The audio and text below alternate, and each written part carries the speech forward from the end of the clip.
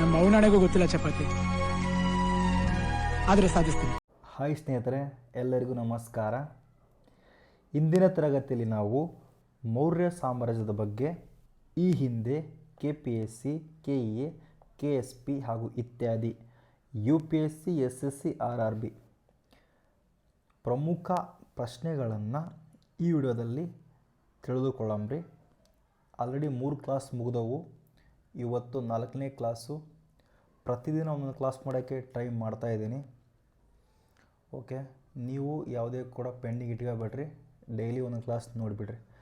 ಓಕೆನಾ?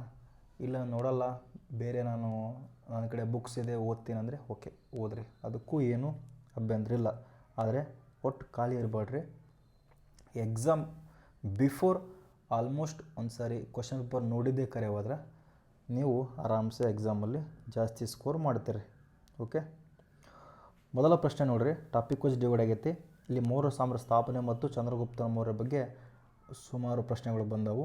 ಅವು ಯಾವ ಅಂತೇಳಿ ಇವಾಗ ತಿಳ್ಕೊಳ್ಳಂಬ್ರಿ. ಮೊದಲ ಪ್ರಶ್ನೆ, ಹವ್ಯಸ್ಲಿ ಮೌರ್ಯರ ರಾಜಧಾನಿ ಯಾವುದಾಗಿತ್ತು? ಮೌರ್ಯರ ರಾಜಧಾನಿ ಪಾಟಲಿಪುತ್ರ ನೋಡ್ರಿ. ಯಾವುದ್ರಿ? ಪಾಟಲಿಪುತ್ರ. ಕಪಿಲವಸ್ತು ಅಲ್ಲ, ಬನರಸ್ ಅಲ್ಲ, ಇಂದೋರ್ ಅಲ್ಲ. ಇಂಥ ಸರಳವಾದ ಪ್ರಶ್ನೆಗಳು ನೀವು ಆರಾಮ್ಸೆ ಹಾಕಿಬಿಡ್ತೀರಿ. ಇಂಥ ಯಾವುದೂ ಕೂಡ ತಪ್ಪಾಕಲ್ಲ, ನಮಗೆ ಗೊತ್ತು. ಇವಾಗೇನ್ರಿ ಒಂದು ಸ್ವಲ್ಪ ಅಪ್ಡೇಟ್ ವರ್ಷನ್ ಇವು ಎಲ್ಲ ನೋಡಿರಿ. ಸೊ ಮೊನ್ನೆ ಡ್ರೈವರ್ ಕಂಡಕ್ಟರಲ್ಲಿ ಕೂಡ ಕೇಳಿದ್ದಾರೆ ಇದನ್ನು 2022ರಾಗ. ಈಸಿ ಇರ್ತಾವೆ ಕೆಲವೊಂದು ಎಕ್ಸಾಮಲ್ಲಿ, ಕೆಲವೊಂದು ಎಕ್ಸಾಮಲ್ಲಿ ಟಫೆಸ್ಟ್ ಇರ್ತಾವೆ. ಏನಂದರೆ ಇದ್ರ ಬಗ್ಗೆ ಡೆಪ್ತಾಗಿ ಕೇಳ್ತಾರೆ ರೀ ಅಷ್ಟೇ. ಮತ್ತು ಇದಕ್ಕಿಂತ ಏನು ಜಾಸ್ತಿ ಇರಲ್ಲ. ಬೇಕಾದ್ರೆ ನೀವು ಯಾವುದೇ ಕ್ವಶನ್ ಪೇಪರ್ ನೋಡಿರಿ, ಟಾಪಿಕ್ ಸೇಮೇ ಇರುತ್ತೆ. ಅಂದರೆ ಈ ಟಾಪಿಕ್ ಮೌರ್ಯ ಸಾಮ್ರಾಜ್ಯದ ಸ್ಥಾಪನೆ ಮತ್ತು ಚಂದ್ರಗುಪ್ತ ಮೌರ್ಯ ಇದ್ರ ಮೇಲೆ ಇರ್ತಾವೆ ಪ್ರಶ್ನೆ ಪತ್ರಿಕೆ. ಆದರೆ ಸ್ವಲ್ಪ ಪ್ರಶ್ನೆ ಬರುವ ರೀತಿ ಚೇಂಜಸ್ ಆಗಿರ್ತಾವೆ. ಅಷ್ಟೇ, ಅದ್ರಾಗ ಏನು ಡಿಫ್ರೆನ್ಸ್ ಇರಲ್ಲ. ಓಕೆ, ಪಾಟಲಿಪುತ್ರ ಪ್ರಸ್ತುತ ಬಿಹಾರದ ಪಾಟ್ನಾ ನೋಡ್ರಿ. ಓಕೆ, ಯಾರು ಸ್ಥಾಪನೆ ಮಾಡ್ತಾರೆ ಮೌರ್ಯ ಸಾಮ್ರಾಜ್ಯನ? ಚಂದ್ರಗುಪ್ತ ಮೌರ್ಯ ಸ್ಥಾಪನೆ ಮಾಡ್ತಾನೆ. ಇದು ಗಂಗಾ ನದಿಯ ದಡದಲ್ಲಿ ಐತೆ ನೋಡ್ರಿ. ಆ ಕಾಲದಲ್ಲಿಯೇ ವಿಶ್ವದ ಅತಿ ದೊಡ್ಡ ನಗರವಾಗಿತ್ತು ರೀ ಇದು. ಯಾವುದ್ರಿ? ಪಾಟಲಿಪುತ್ರ. ಮೆಗಸ್ತಾನಿಸ್ನ ಇಂಡಿಕಾ, ಇವೆಲ್ಲ ಕ್ವಶನ್ ಆಗ ನೋಡ್ರಿ. ಇವೆಲ್ಲ ಕ್ವಶನ್ ಆಗ್ತಾವೆ ಮುಂದೆ. ಓಕೆನಾ? ಮೆಗಸ್ತಾನಿಸ್ನ ಇಂಡಿಕಾ ಗ್ರಂಥದಲ್ಲಿ ಪಾಟಲಿಪುತ್ರದ ವೈಭವವನ್ನು ವಿವರಿಸಿದ್ದಾನೆ. ಇವ್ಯಾವು ಬರಲ್ರಿ ಪ್ರಶ್ನೆ, ಜಸ್ಟ್ ನಿಮ್ಮ ತಲೆಯಾಗಿರಲಿ. ಓಕೆ, ಇದು ಮರದಿಂದ ನಿರ್ಮಿತವಾದ ಅರಮನೆ ಇರ್ತೈತೆ ರೀ ಇಲ್ಲಿ. ಎಲ್ಲಿ? ಪಾಟಲಿಪುತ್ರದಲ್ಲಿ. ಇನ್ನು ನೆಕ್ಸ್ಟ್ ಕಪಿಲವಸ್ತು ಬಗ್ಗೆ ಕೊಟ್ಟಾರ. ಇಲ್ಲಿ ಆಪ್ಷನ್ ಐತಲ್ಲ, ಕಪಿಲವಸ್ತು ಇದ್ರ ಬಗ್ಗೆ ಕೊಟ್ಟಾರ. ನೋಡೋದಾದ್ರಪ್ಪ ಅಂದ್ರೆ ನಾವು ಕಪಿಲವಸ್ತು ಬುದ್ಧನ ಜನ್ಮಸ್ಥಳ. ನೆಕ್ಸ್ಟ್ ಬನರಸ್ ಒಂದು ಧಾರ್ಮಿಕ ಕೇಂದ್ರ. ಇಂದೋರ್ ಆಧುನಿಕ ನಗರ ಆಗಿರ್ತೈತಿ. ಓಕೆ, ಅಶೋಕನ ಕಾಲದಲ್ಲಿಯೂ ಪಾಟಲಿಪುತ್ರವೇ ಇವರ ರಾಜಧಾನಿ ಆಗಿತ್ತು. ಓಕೆನಾ? ಇನ್ನು ನೆಕ್ಸ್ಟ್ ಪ್ರಶ್ನೆ ಸ್ನೇಹಿತರೆ, ಮೌರ್ಯ ಸಾಮ್ರಾಜ್ಯದ ಸ್ಥಾಪಕ ಯಾರು? ಈಗಾರ ನಾವು ನೋಡಿದ್ದೀವಿ, ಆಲ್ರೆಡಿ ನಮಗೆ ಗೊತ್ತಿರ್ತೈತಿ. ಯಾವುದ್ರಿ ಮೌರ್ಯ ಸಾಮ್ರಾಜ್ಯದ ಸ್ಥಾಪಕ? ಚಂದ್ರಗುಪ್ತ ಮೌರ್ಯ. ಚಂದ್ರಗುಪ್ತ ಮೌರ್ಯನು ಕ್ರಿಸ್ತಪೂರ್ವ 322ರಲ್ಲಿ ಮೌರ್ಯ ಸಾಮ್ರಾಜ್ಯವನ್ನು ಸ್ಥಾಪಿಸ್ತಾನೆ. ಇವನು ಚಾಣಕ್ಯ ಅಥವಾ ಕೌಟಿಲ್ಯನ ಸಹಾಯದಿಂದ ನಂದ ವಂಶದ ಕೊನೆಯ ದೊರೆ ಧನನಂದನನ್ನು ಸೋಲಿಸಿದನು. ಇದು ಕೂಡ ಕ್ವಶನ್ ಐತ್ರಿ. ಯಾರಿ? ನಂದ ವಂಶದ ಕೊನೆಯ ದೊರೆ ಧನನಂದನನ್ನು ಸೋಲಿಸಿ ಭಾರತದ ಮೊದಲ ಸಾಮ್ರಾಜ್ಯವಾದ ಮೌರ್ಯ ಸಾಮ್ರಾಜ್ಯವನ್ನು ಸ್ಥಾಪನೆ ಮಾಡ್ತಾನೆ. ಈತನ ತಾಯಿ ಹೆಸರು ಮುರಾ ಆಗಿರ್ತೈತಿ. ಅದಕ್ಕೋಸ್ಕರ ಈ ಒಂದು ಸಾಮ್ರಾಜ್ಯಕ್ಕೆ ಮೌರ್ಯ ಅಂತಂದೇಳಿ ಹೆಸರು ಬರ್ತೈತಿ. ನೆಕ್ಸ್ಟು ಚಂದ್ರಗುಪ್ತನ ಮಗ ಬಿಂದುಸಾರ ಅಧಿಕಾರಕ್ಕೆ ಬರ್ತಾನೆ, ಅಂದರೆ ಅಶೋಕನ ಅಪ್ಪ ಅಂತ. ನೆಕ್ಸ್ಟ್ ಅಶೋಕ ಮೌರ್ಯ ಸಾಮ್ರಾಜ್ಯದ ಶ್ರೇಷ್ಠ ಚಕ್ರವರ್ತಿ, ಆದರೆ ಸ್ಥಾಪಕ ಅಲ್ಲ, ನಮಗೆಲ್ಲ ಗೊತ್ತೈತಿ. ಧನನಂದನು ನಂದ ವಂಶದ ಕೊನೆಯ ರಾಜ. ಗುಪ್ತನಿಂದ ಸೋಲ್ಪಟ್ಟ, ಚಂದ್ರಗುಪ್ತನಿಂದ ಸೋಲ್ಪಟ್ಟ, ಅದೇ ಹೆಸರು ಕೊಟ್ಟರೆ. ನೆಕ್ಸ್ಟ್ ಸೆಲ್ಯೂಕಸ್ ನಿಕೆಟರ್ ಎಂಬ ಗ್ರೀಕ್ ದೊರೆಯು ಸೋಲಿಸ್ತಾನ್ರಿ. ಯಾರ್ರೀ? ಚಂದ್ರಗುಪ್ತ ಮೌರ್ಯ. ತದನಂತರ ಚಂದ್ರಗುಪ್ತನ ಮೌರ್ಯ ನಮ್ಮ ಕರ್ನಾಟಕದ ಶ್ರವಣಗೊಳಕ್ಕೆ ಸಲ್ಲೇಖನ ವೃತ ಆಚರಣೆ ಮಾಡಿ ಇವನು ಮರಣ ಹೊಂದ್ತಾನ್ರಿ. ಓಕೆ, ಜೈನ ಧರ್ಮ ಸ್ವೀಕಾರ ಮಾಡ್ತಾನ್ರಿ ಭದ್ರಬಾಹುವಿನ ಸಹಾಯದೊಂದಿಗೆ. ಓಕೆ, ಇವೆಲ್ಲ ಪ್ರಶ್ನೆ ಆಗವು. ಸೊ ನಾನು ಆಲ್ರೆಡಿ ನಿಮಗೆ ಹೇಳಕತ್ತೇನೆ. ನೆಕ್ಸ್ಟ್, ಚಂದ್ರಗುಪ್ತ ಮೌರ್ಯನು ಗ್ರೀಕ್ ದೊರೆ, ಯಾವ ಗ್ರೀಕ್ ದೊರೆಯನ್ನು ಸೋಲಿಸಿದ? ಈಗ ನಾನು ಹೇಳ್ತೀನಿ ನಾನು, ಸೆಲ್ಯೂಕಸ್ ನಿಕೆಟರ್ ಅಲೆಕ್ಸಾಂಡರ್ನ ಸೇನಾಧಿಪತಿ ನೋಡ್ರಿ.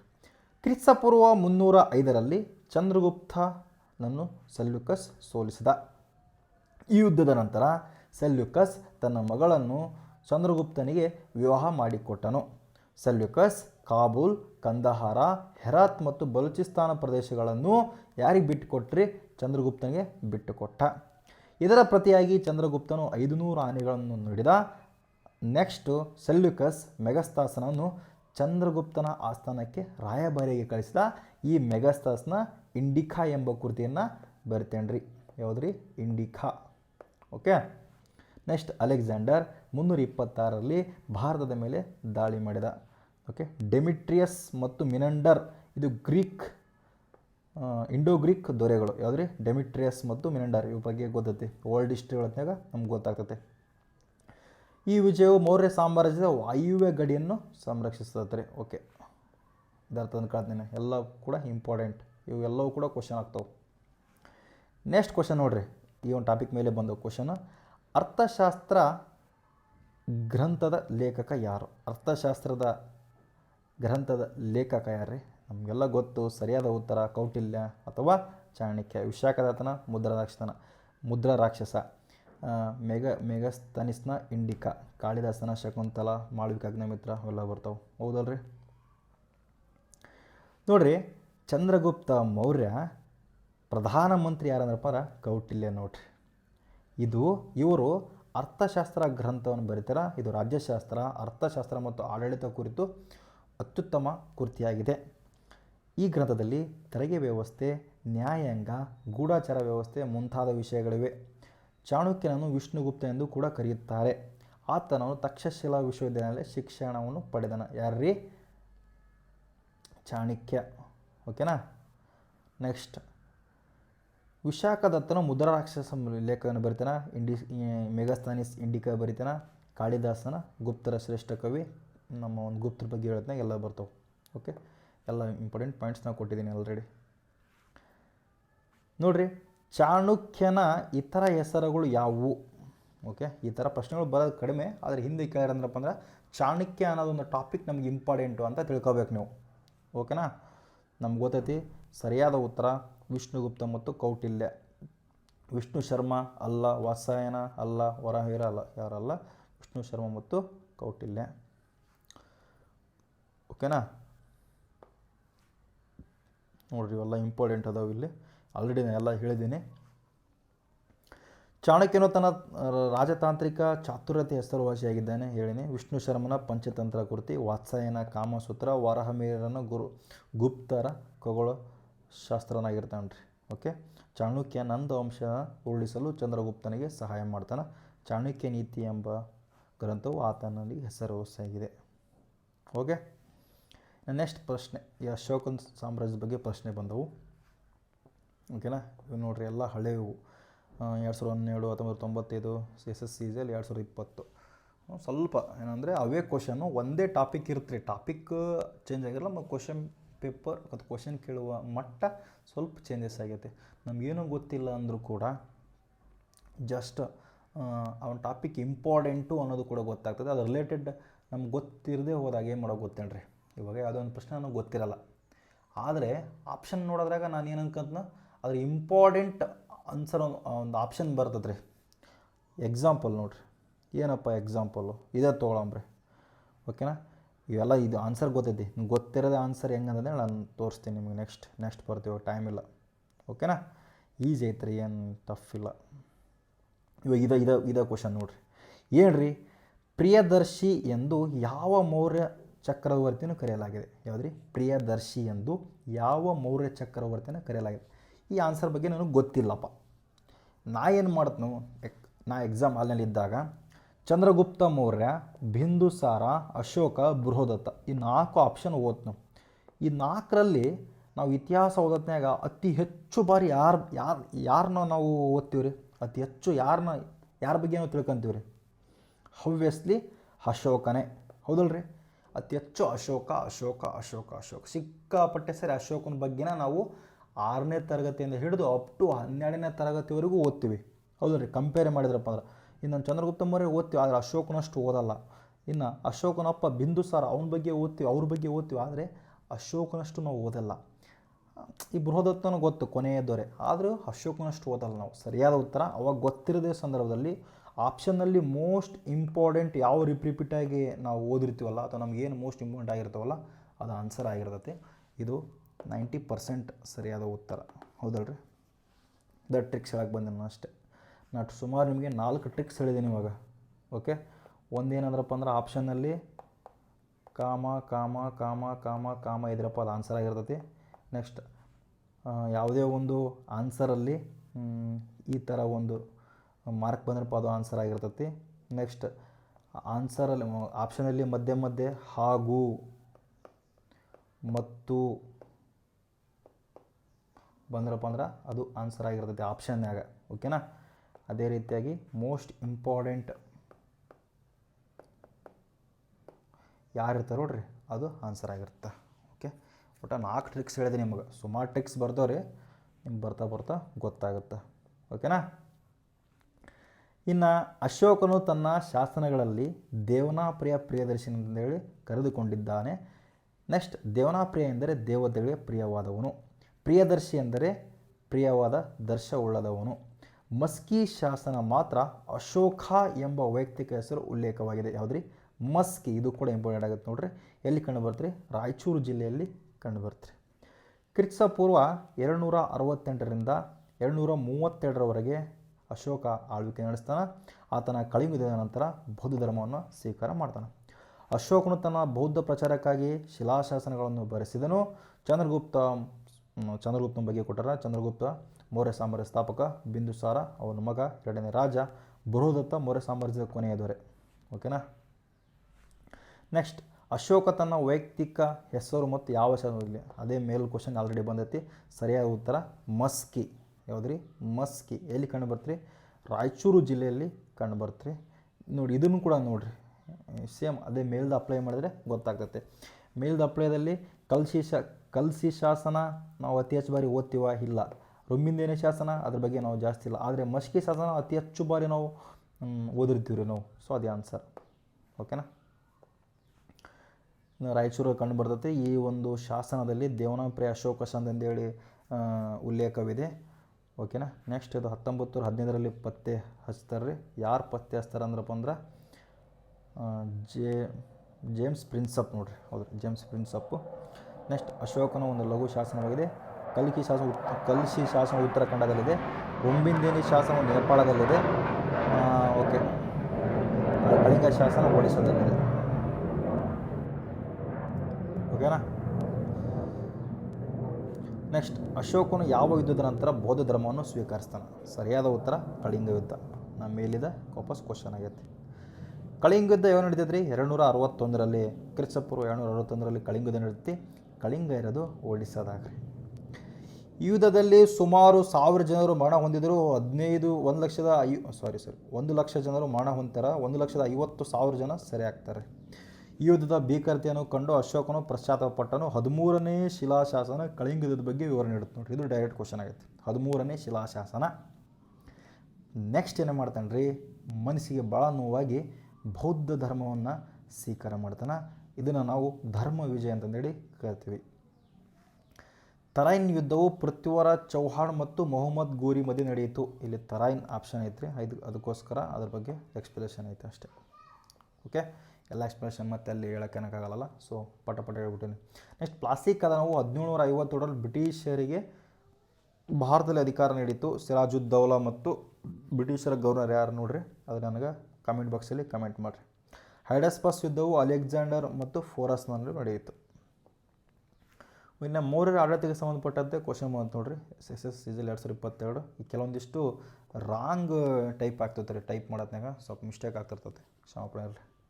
ಓಕೆ, ರಾಂಗ್ ಅಂದರೆ ಕ್ವಶನ್ ಕೇಳಿರ್ತಾರ, ಇಸ್ವಿ ಹಾಕೋದು ಮತ್ತು ಎಕ್ಸಾಮ್ ನೇಮ್ ಮೆನ್ಷನ್ ಮಾಡೋದು ಒಂದು ಸ್ವಲ್ಪ ಹೆಚ್ಚು ಕಡಿಮೆ ಆಗ್ತಿರ್ತವೆ. ಓಕೆ, ಮೌರ್ಯ ಸಾಮ್ರಾಜ್ಯದಲ್ಲಿ ಪ್ರಾಂತೀಯ ಆಡಳಿತದ ಮುಖ್ಯಸ್ಥ ಯಾರು ನೋಡ್ರಿ. ಇಂಥ ಕ್ವಶನ್ ಬಂದರೆ ಸ್ವಲ್ಪ ಕ್ಲಿಷ್ಟ ಆಗ್ತೈತೆ ರೀ. ಇದ್ರ ಬಗ್ಗೆ ನಾವು ಕಂಪಲ್ಸರಿ ಗೊತ್ತಿರಬೇಕು.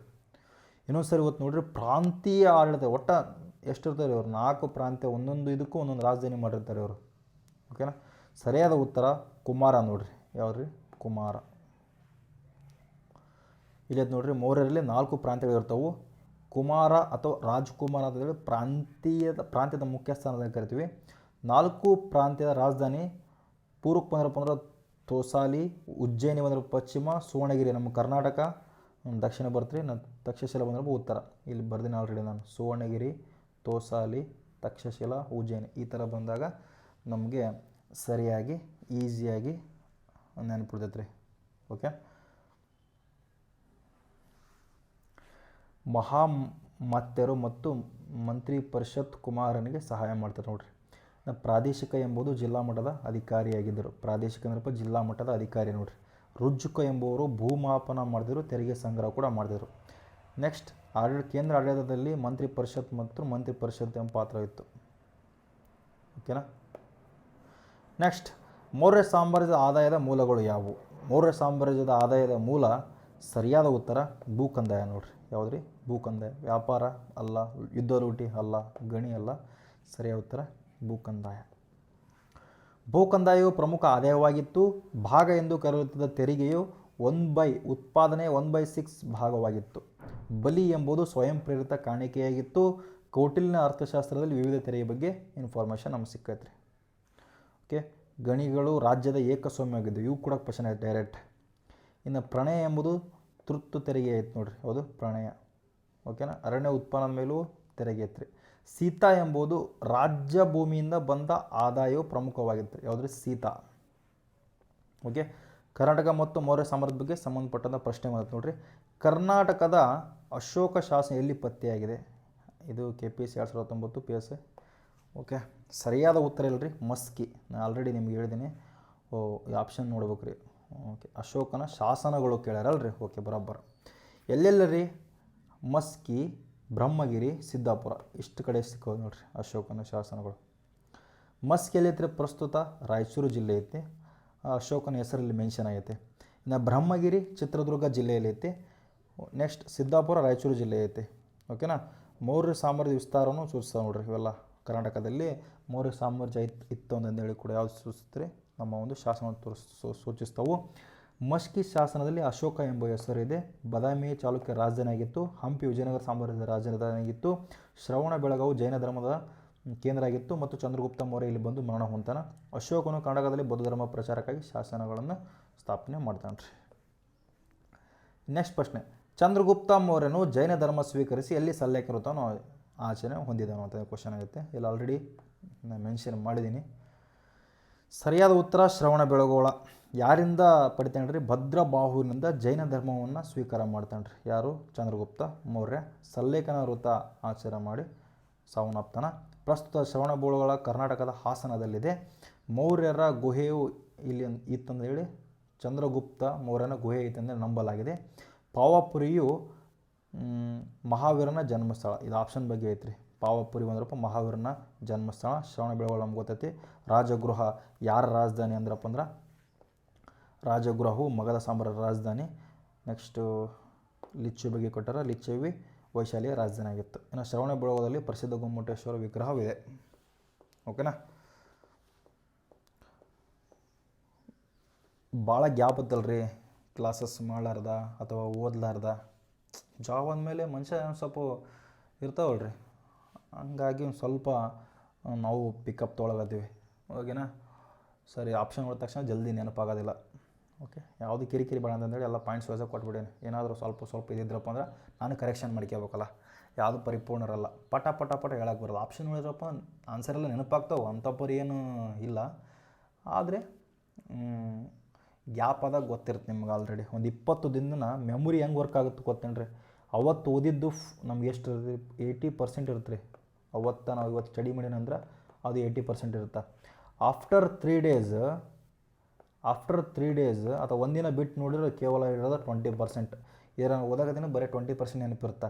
ಅದು ಅಪ್ಪಿ ತಪ್ಪಿ ಒಂದು 21 ದಿನ ಆದ ಅನ್ಕೊಳ್ರಿ, ನನ್ನ ಕಡೆ ಒಂದು 88%ಗಿಂತ ಮೇಲೆಯೂ ಕೂಡ ನೆನಪಿರಲ್ಲ ನನಗೆ. ಏನು ಗೊತ್ತಿರುತ್ತೆ, ಹೌದಲ್ರಿ? ಸೊ ಹಂಗಾಗಿ ನಾವೇನು ಹೇಳ್ತಾರೆ ರೀ, ಕಂಪಲ್ಸರಿ ನಾವು ರೀಚಾರ್ಜ್ ಮಾಡ್ಕೋಬೇಕು. ಅಂದರೆ 21 ದಿನಕ್ಕೊಂದು ಸಾರಿ ರಿವಿಷನ್ ಮಾಡ್ಕೋಬೇಕು ಅಂತ ಹೇಳ್ತಿರ್ತಾರೆ. ಟೈಮ್ ಇದ್ದರೆ ಮಾಡ್ಕೋಬೇಕು. Revision most important. Okay. Next, Indica ಗ್ರಂಥವನ್ನು ಯಾರು ರಚನೆ ಮಾಡ್ತಾರೆ ರೀ? ಇಂಡಿಕಾ ಗ್ರಂಥವನ್ನು ರಚನೆ ಮಾಡಿದವರು ಮೆಗಾಸ್ಥಾನಿಸ್. ಆಲ್ರೆಡಿ ನಾನು ಕ್ವಶನ್ ಹೇಳಿದ್ದೀನಿ. ಇದ್ರ ಬಗ್ಗೆ ಕೂಡ ಆಲ್ರೆಡಿ ಬಂದೈತಿ.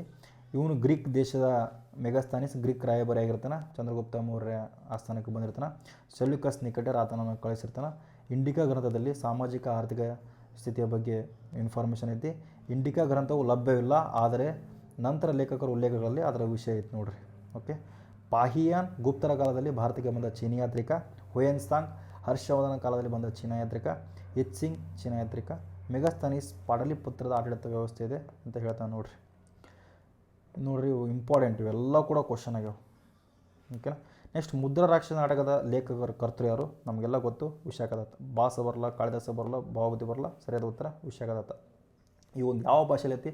ಸಂಸ್ಕೃತ ನಾಟಕ ನೋಡ್ರಿ. ಇದು ಚಂದ್ರಗುಪ್ತನ ರಾಜಕೀಯ ಜೀವನವನ್ನು ಸೂಚಿಸ್ತದೆ. ಚಂದ್ರಗುಪ್ತನ ಗುಪ್ತರ ಕಾಲದ ನಾಟಕಕಾರ ಆಗಿರ್ತಾನೆ. ವಿಶಾಖದತ್ತ ಗುಪ್ತರ ಕಾಲದ ನಾಟಕಕಾರ ಆಗಿರ್ತಾನೆ. ನೆಕ್ಸ್ಟ್, ಈ ನಾಟಕದಲ್ಲಿ ಚಾಣಕ್ಯನು ಹೇಗೆ ತನ್ನ ನಂದ ವಂಶವನ್ನು ಉರುಳಿಸಿ ಚಂದ್ರಗುಪ್ತನನ್ನು ಸಿಂಹಾಸನಕ್ಕೆ ತಂದ ಅಂತಂದೇಳಿ ಈ ಒಂದು ಮುದ್ರಾ ರಾಕ್ಷಸದಲ್ಲಿ ಹೇಳ್ತಾರೆ. ಓಕೆನಾ. ಡೈರೆಕ್ಟ್ ಇದು ಕೂಡ ಕ್ವಶನ್ ಆಗೈತಿ. ನೆಕ್ಸ್ಟ್, ಮುದ್ರಾ ರಾಕ್ಷಸ ಅಂದರೆ ರಾಕ್ಷಸ ಮುದ್ರೆ, ಏನು ನಮಗೆ ಬೇಕಾಗಿಲ್ಲ. ಭಾಸನು ಸ್ವಪ್ನ ಭಾಸವದತ್ತ ನಾಟಕ ಬರ್ತಾನೆ. ಕಾಳಿದಾಸನು ಅಭಿಜ್ಞಾನ ಶಾಕುಂತಲೆ ಬರ್ತಾನೆ. ಭವಭೂತಿಯು ಉತ್ತರ ರಾಮಚರಿತ ಲೇಖಕ ನಾಟಕ ಬರ್ತಾನೆ. ಮೌರ್ಯ ಇತಿಹಾಸದ ಬಗ್ಗೆ ಅಥವಾ ಸಾಹಿತ್ಯ ಬಗ್ಗೆ ಇಂಪಾರ್ಟೆಂಟ್ ಆಗಿವೆ. ಓಕೆ. ಇನ್ನು ಶಾಸನ ಬಗ್ಗೆ ಕೋರ್ಸ್ನೇ ಆಗೈತಿ. ಮೌರ್ಯ ನೆಕ್ಸ್ಟ್, ಅಶೋಕನ ಶಾಸನಗಳು ಮುಖ್ಯವಾಗಿ ಯಾವ ಲಿಪಿಯಲ್ಲಿದೆ? ಮುಖ್ಯವಾಗಿ ಇರ್ತಕ್ಕಂಥದ್ದು ಬ್ರಾಹ್ಮಿ ಲಿಪಿ ನೋಡ್ರಿ. ಸರಿಯಾದ ಉತ್ತರ. ದೇವನಾಗರಿ ಯೂಸ್ ಇದಿಲ್ಲ, ತಮಿಳು ಗೊತ್ತಿಲ್ಲ, ಕನ್ನಡ ಗೊತ್ತಿಲ್ಲ. ಆಪ್ಷನ್ ತೋ ಎಲಿಮಿನೇಟ್ ಮಾಡ್ಕೋಬೋದು. ಓಕೆನಾ. ಅಶೋಕನ ಹೆಚ್ಚಿನ ಶಾಸನಗಳು ಬ್ರಾಹ್ಮಿ ಲಿಪಿಯಲ್ಲಿದೆ. ಬ್ರಾಹ್ಮಿ ಲಿಪಿಯು ಪ್ರಾಚೀನ ಭಾರತದ ಪ್ರಮುಖ ಭಾಷೆಯಾಗಿತ್ತು. ವಾಯು ಭಾರತದಲ್ಲಿ ಒಂದು ವಾಯು ಪ್ರದೇಶದಲ್ಲಿ ಖರೋಷ್ಠಿ ಲಿಪಿ ಇದೆ. ಅಫ್ಘಾನಿಸ್ತಾನದಲ್ಲಿ ಗ್ರೀಕ್ ಮತ್ತು ಅರೇಮಿಕ್ ಲಿಪಿ ಇದೆ. 1837ರಲ್ಲಿ ಜೇಮ್ಸ್ ಪ್ರಿನ್ಸಪ್ಪನು ಬ್ರಾಹ್ಮಿ ಲಿಪಿಯನ್ನು ಮೊದಲ ಬಾರಿಗೆ ಓದಿದನು. ಬಹುಪಾಲು ಶಾಸನಗಳು ಪ್ರಾಕೃತ ಭಾಷೆಯಲ್ಲಿದೆ. ದೇವನಾಗರಿ ಲಿಪಿಯು ನಂತರ ಕಾಲದ ಬಳಕೆಯಾಗಿತ್ತು. ಓಕೆನಾ. ಕನ್ನಡ ಲಿಪಿಯಲ್ಲಿ ಕಂಡುಬಂದಿಲ್ಲ ನೋಡ್ರಿ. ಮೌರ್ಯ ಸಾಮ್ರಾಜ್ಯ ಪತನದ ಬಗ್ಗೆ ಪ್ರಶ್ನೆಗಳು ಬಂದವು. ಮೌರ್ಯ ಸಾಮ್ರಾಜ್ಯದ ಕೊನೆ ಯಾರು? ಸರಿಯಾದ ಉತ್ತರ ಬೃಹದೂತ. ನಮ್ಗೆ ಆಲ್ರೆಡಿ ಗೊತ್ತು. ಇವನೇನು ಮಾಡ್ತಾನೆ ಅಂದ್ರಪ್ಪ ಅಂದ್ರೆ, ಮೌರ್ಯ ಸಾಮ್ರಾಜ್ಯದ ಕೊನೆಯ ದೊರೆ ಕ್ರಿಸ್ತಪೂರ್ವ 180ರಿಂದ 185ರವರೆಗೆ ಆಳ್ವಿಕೆ ನಡೆಸ್ತಿರ್ತಾನೆ. ಇವನ ಒಬ್ಬ ಸೇನಾಧಿಪತಿ ಯಾರು? ಪುಷ್ಯಮಿತ್ರ ಶುಂಗನು ಬೃಹದೂತನನ್ನು ಕೊಂದು ಶುಂಗ ಡೈನೆಸ್ಟಿನ ಸ್ಥಾಪನೆ ಮಾಡ್ತಾನೆ. ಓಕೆನಾ. ಶುಂಗ ಸಾಮ್ರಾಜ್ಯ ಸ್ಥಾಪನೆ ಆಗುತ್ತೆ. ಅಶೋಕನ ನಂತರ ಸಾಮ್ರಾಜ್ಯ ದುರ್ಬಲಗೊಳ್ಳುತ್ತಾ ಪ್ರಾರಂಭವಾಯಿತು. ದಶರಥನು ಅಶೋಕನ ಮೊಮ್ಮಗ ಮತ್ತು ಉತ್ತರಾಧಿಕಾರಿಯಾಗಿರ್ತಾನೆ. ಸಂಪ್ರೀತಿಯು ಅಶೋಕನ ಮೊಮ್ಮಗ ಮತ್ತು ಜೈನ ಧರ್ಮದ ಪೋಷಕ ಆಗಿರ್ತಾನೆ. ಸಂಪ್ರತಿ. ಕೇಂದ್ರದ ಆಡಳಿತ ಪ್ರಾಬಲ್ಯವು ಆಡಳಿತ ಪತನಕ್ಕೆ ಕಾರಣವಾಗುತ್ತೆ. ಓಕೆನಾ. ಇವೆಲ್ಲ ಕ್ವಶನ್ ಆಗಿವೆ ನೋಡ್ರಿ. ನೆಕ್ಸ್ಟ್, ಬಿಂದುಸಾರ ಮತ್ತು ಮೌರ್ಯರ ರಾಜರ ಬಗ್ಗೆ ಕ್ವಶನ್ ಆಗುತ್ತೆ. ಅಮಿತ್ರಘಾತ ಎಂಬ ಬಿರುದು ಯಾವ ಮೌರ್ಯ ರಾಜನಿಗಿತ್ತು? ಅಮಿತ್ರಘಾತ ಎಂಬ ಬಿರುದು ಬಿಂದುಸಾರನಿಗಿತ್ತು ನೋಡ್ರಿ. ಸರಿಯಾದ ಉತ್ತರ ಅಮಿತ್ರಘಾತ. ಬಿಂದುಸಾರ. ಚಂದ್ರಗುಪ್ತ ಮೌರ್ಯ ಅಲ್ಲ, ಬಿಂದುಸಾರ, ಅಶೋಕ ಅಲ್ಲ, ಸಂಪ್ರತಿ ಅಲ್ಲ. ಬಿಂದುಸಾರನಿಗೆ ಅಮಿತ್ರಘಾತ, ಶತ್ರುಗಳನ್ನು ಸಂಹರಿಸುವನು ಅಂತಂದೇಳಿ ಕರಿತೀವಿ. ಗ್ರೀಕ್ ಲೇಖಕ ಆತನನ್ನು ಅಮಿತ್ರೋಚೆಟ್ಸ್ ಅಂತಂದೇಳಿ ಕರೀತಾರೆ. ಅಮಿತ್ರೋಚೆಟ್ಸ್. ಆತನು ಚಂದ್ರಗುಪ್ತ ಮೌರ್ಯನ ಮಗ ಮತ್ತು ತಂದೆಯಾಗಿರ್ತಾನೆ. ಅಶೋಕನ ತಂದೆ. ಕ್ರಿಸ್ತಪೂರ್ವ 297ರಿಂದ 370ರ ಮಧ್ಯೆ ಆಳ್ವಿಕೆ ನಡೆಸ್ತಿರ್ತಾನೆ. ಬಿಂದುಸಾರ ದಕ್ಕನ್ ಪ್ರದೇಶವನ್ನು ಸಾಮ್ರಾಜ್ಯವನ್ನು ಸೇರಿಸಿದನು. ಯಾವುದು? ದಕ್ಕನ್ ಪ್ರದೇಶವನ್ನು. ಸಿಂಹಸೇನ ಎಂಬ ಈತನ ಇನ್ನೊಂದು ಹೆಸರು. ಓಕೆ. ಚಂದ್ರಗುಪ್ತನು ಸ್ಯಾಂಡೋಕೊಟ್ರಸ್ ಎಂಬ ಗ್ರೀಕಿಗೆ ಪರಿಚಯಿತನಾಗಿದ್ದ. ಸ್ಯಾಂಡೋಕೊಟ್ರಸ್ ಗ್ರೀಕಿಗೆ ಪರಿಚಯ. ಚಂದ್ರಗುಪ್ತನನ್ನು ಸ್ಯಾಂಡೋಕೊಟ್ರಸ್ ಅಂತ ಕರೀತಾರೆ ಗ್ರೀಕರು. ಓಕೆ. ಇನ್ನು ಅಶೋಕನನ್ನು ಪ್ರೇದೇಶ ಅಂತ ಕರಿತೀವಿ. ಸಂಪ್ರೀತಿಯು ಜನಧರ್ಮ ಪೋಷಕ. ಆಲ್ರೆಡಿ ಕ್ವಶನ್ ಆಗೈತೆ ಇದು. ಅಶೋಕನು ತನ್ನ ತಂದೆ ಬಿಂದುಸಾರ ಆಳ್ವಿಕೆಯಲ್ಲಿ ಯಾವ ಪ್ರದೇಶ ರಾಜ್ಯಪಾಲನಾಗಿದ್ದ? ಸರಿಯಾದ ಉತ್ತರ ಉಜ್ಜಯಿನಿ ನೋಡ್ರಿ. ಯಾರ್ರಿ? ಉಜ್ಜಯಿನಿ. ಬಿಂದುಸಾರನ ಕಾಲದಲ್ಲಿ ಅಶೋಕನು ತನ್ನ ತಂದೆ ಬಿಂದುಸಾರನ ಕಾಲದಲ್ಲಿ ಉಜ್ಜಯಿನಿಯ ರಾಜ್ಯಪಾಲನಾಗಿದ್ದ. ನಂತರ ತಕ್ಷಶಿಲಾದಲ್ಲಿ ಉಂಟಾದ ದಂಗೆಗಳನ್ನು ಹತ್ತಿಕ್ಕಲು ಅಲ್ಲಿಗೆ ಬಂದ. ಇಲ್ಲಿ ತಕ್ಷಶಿಲಕ್ಕೆ ನೆಕ್ಸ್ಟ್ ಬರ್ತಾನೆ ಅಶೋಕ. ಉಜ್ಜಯಿನಿಯು ಅವಂತಿ ಪ್ರಾಂತ್ಯದ ರಾಜಧಾನಿಯಾಗಿತ್ತು. ತಕ್ಷಶಿಲಾ ಉತ್ತರ ಪ್ರಾಂತ್ಯದ ರಾಜಧಾನಿಯಾಗಿತ್ತು. ತೋಸಾಲಿ ಪೂರ್ವ ಪ್ರಾಂತ್ಯದ ರಾಜಧಾನಿಯಾಗಿತ್ತು. ಸುವರ್ಣಗಿರಿ ದಕ್ಷಿಣ ಪ್ರಾಂತ್ಯದ ರಾಜಧಾನಿ ಆಯಿತು. ಆಲ್ರೆಡಿ ನಿಮಗೆ ಹೇಳಿದ್ದೀನಿ ನಾನು. ಓಕೆನಾ. ಪೂರ್ವ ಪಶ್ಚಿಮಕ್ಕೆ ಯಾವಾಗ ಬರ್ತದೆ ನಿಮ್ಗೆ ಆಲ್ರೆಡಿ ಹೇಳಿದ್ದೀನಿ. ಸೊ ಒಂದು ಸಾಕ ಈಸಿಯಾಗಿ ನೆನಪು ಮಾಡ್ಕೊಂಬಿಡ್ರಿ. ಓಕೆನಾ. ನೆಕ್ಸ್ಟ್, ಅಶೋಕನು ಉಜ್ಜಯಿನಿಯಲ್ಲಿದ್ದಾಗ ವೇದಾಸ ದೇವಿಯನ್ನು ಮದುವೆಯಾದ. ಯಾರ್ರಿ? ವೇದಾಸ ದೇವಿ. ಮಹೇಂದ್ರ ಮತ್ತು ಸಂಘಮಿತ್ರ ಇವರ ಮಕ್ಕಳು. ಇವ್ರನ್ನ ನಾವು ಬೌದ್ಧ ಧರ್ಮದ ಪ್ರಚಾರ ಸಂದರ್ಭದಲ್ಲಿ ಇವ್ರ ಹೆಸರು ಬರ್ತವೆ. ಓಕೆ, ನೆಕ್ಸ್ಟ್ ಬಿಂದುಸಾರ ಮಾಡಿದ ನಂತರ ಅಶೋಕ ಸಿಂಹಾಸನ ಏರಿದ. ಮೌರ್ಯರ ಕಲೆ ಮತ್ತು ವಾಸ್ತುಶಿಲ್ಪದ ಮೇಲೆ ಕ್ವಶನ್ ಬಂದವು. ನೆಕ್ಸ್ಟ್ ನೋಡ್ರಿ, ಸಾರನಾಥದ ಸಿಂಹ ರಾಜಧಾನಿಯನ್ನು ಯಾವ ರಾಜ ನಿರ್ಮಿಸಿದ?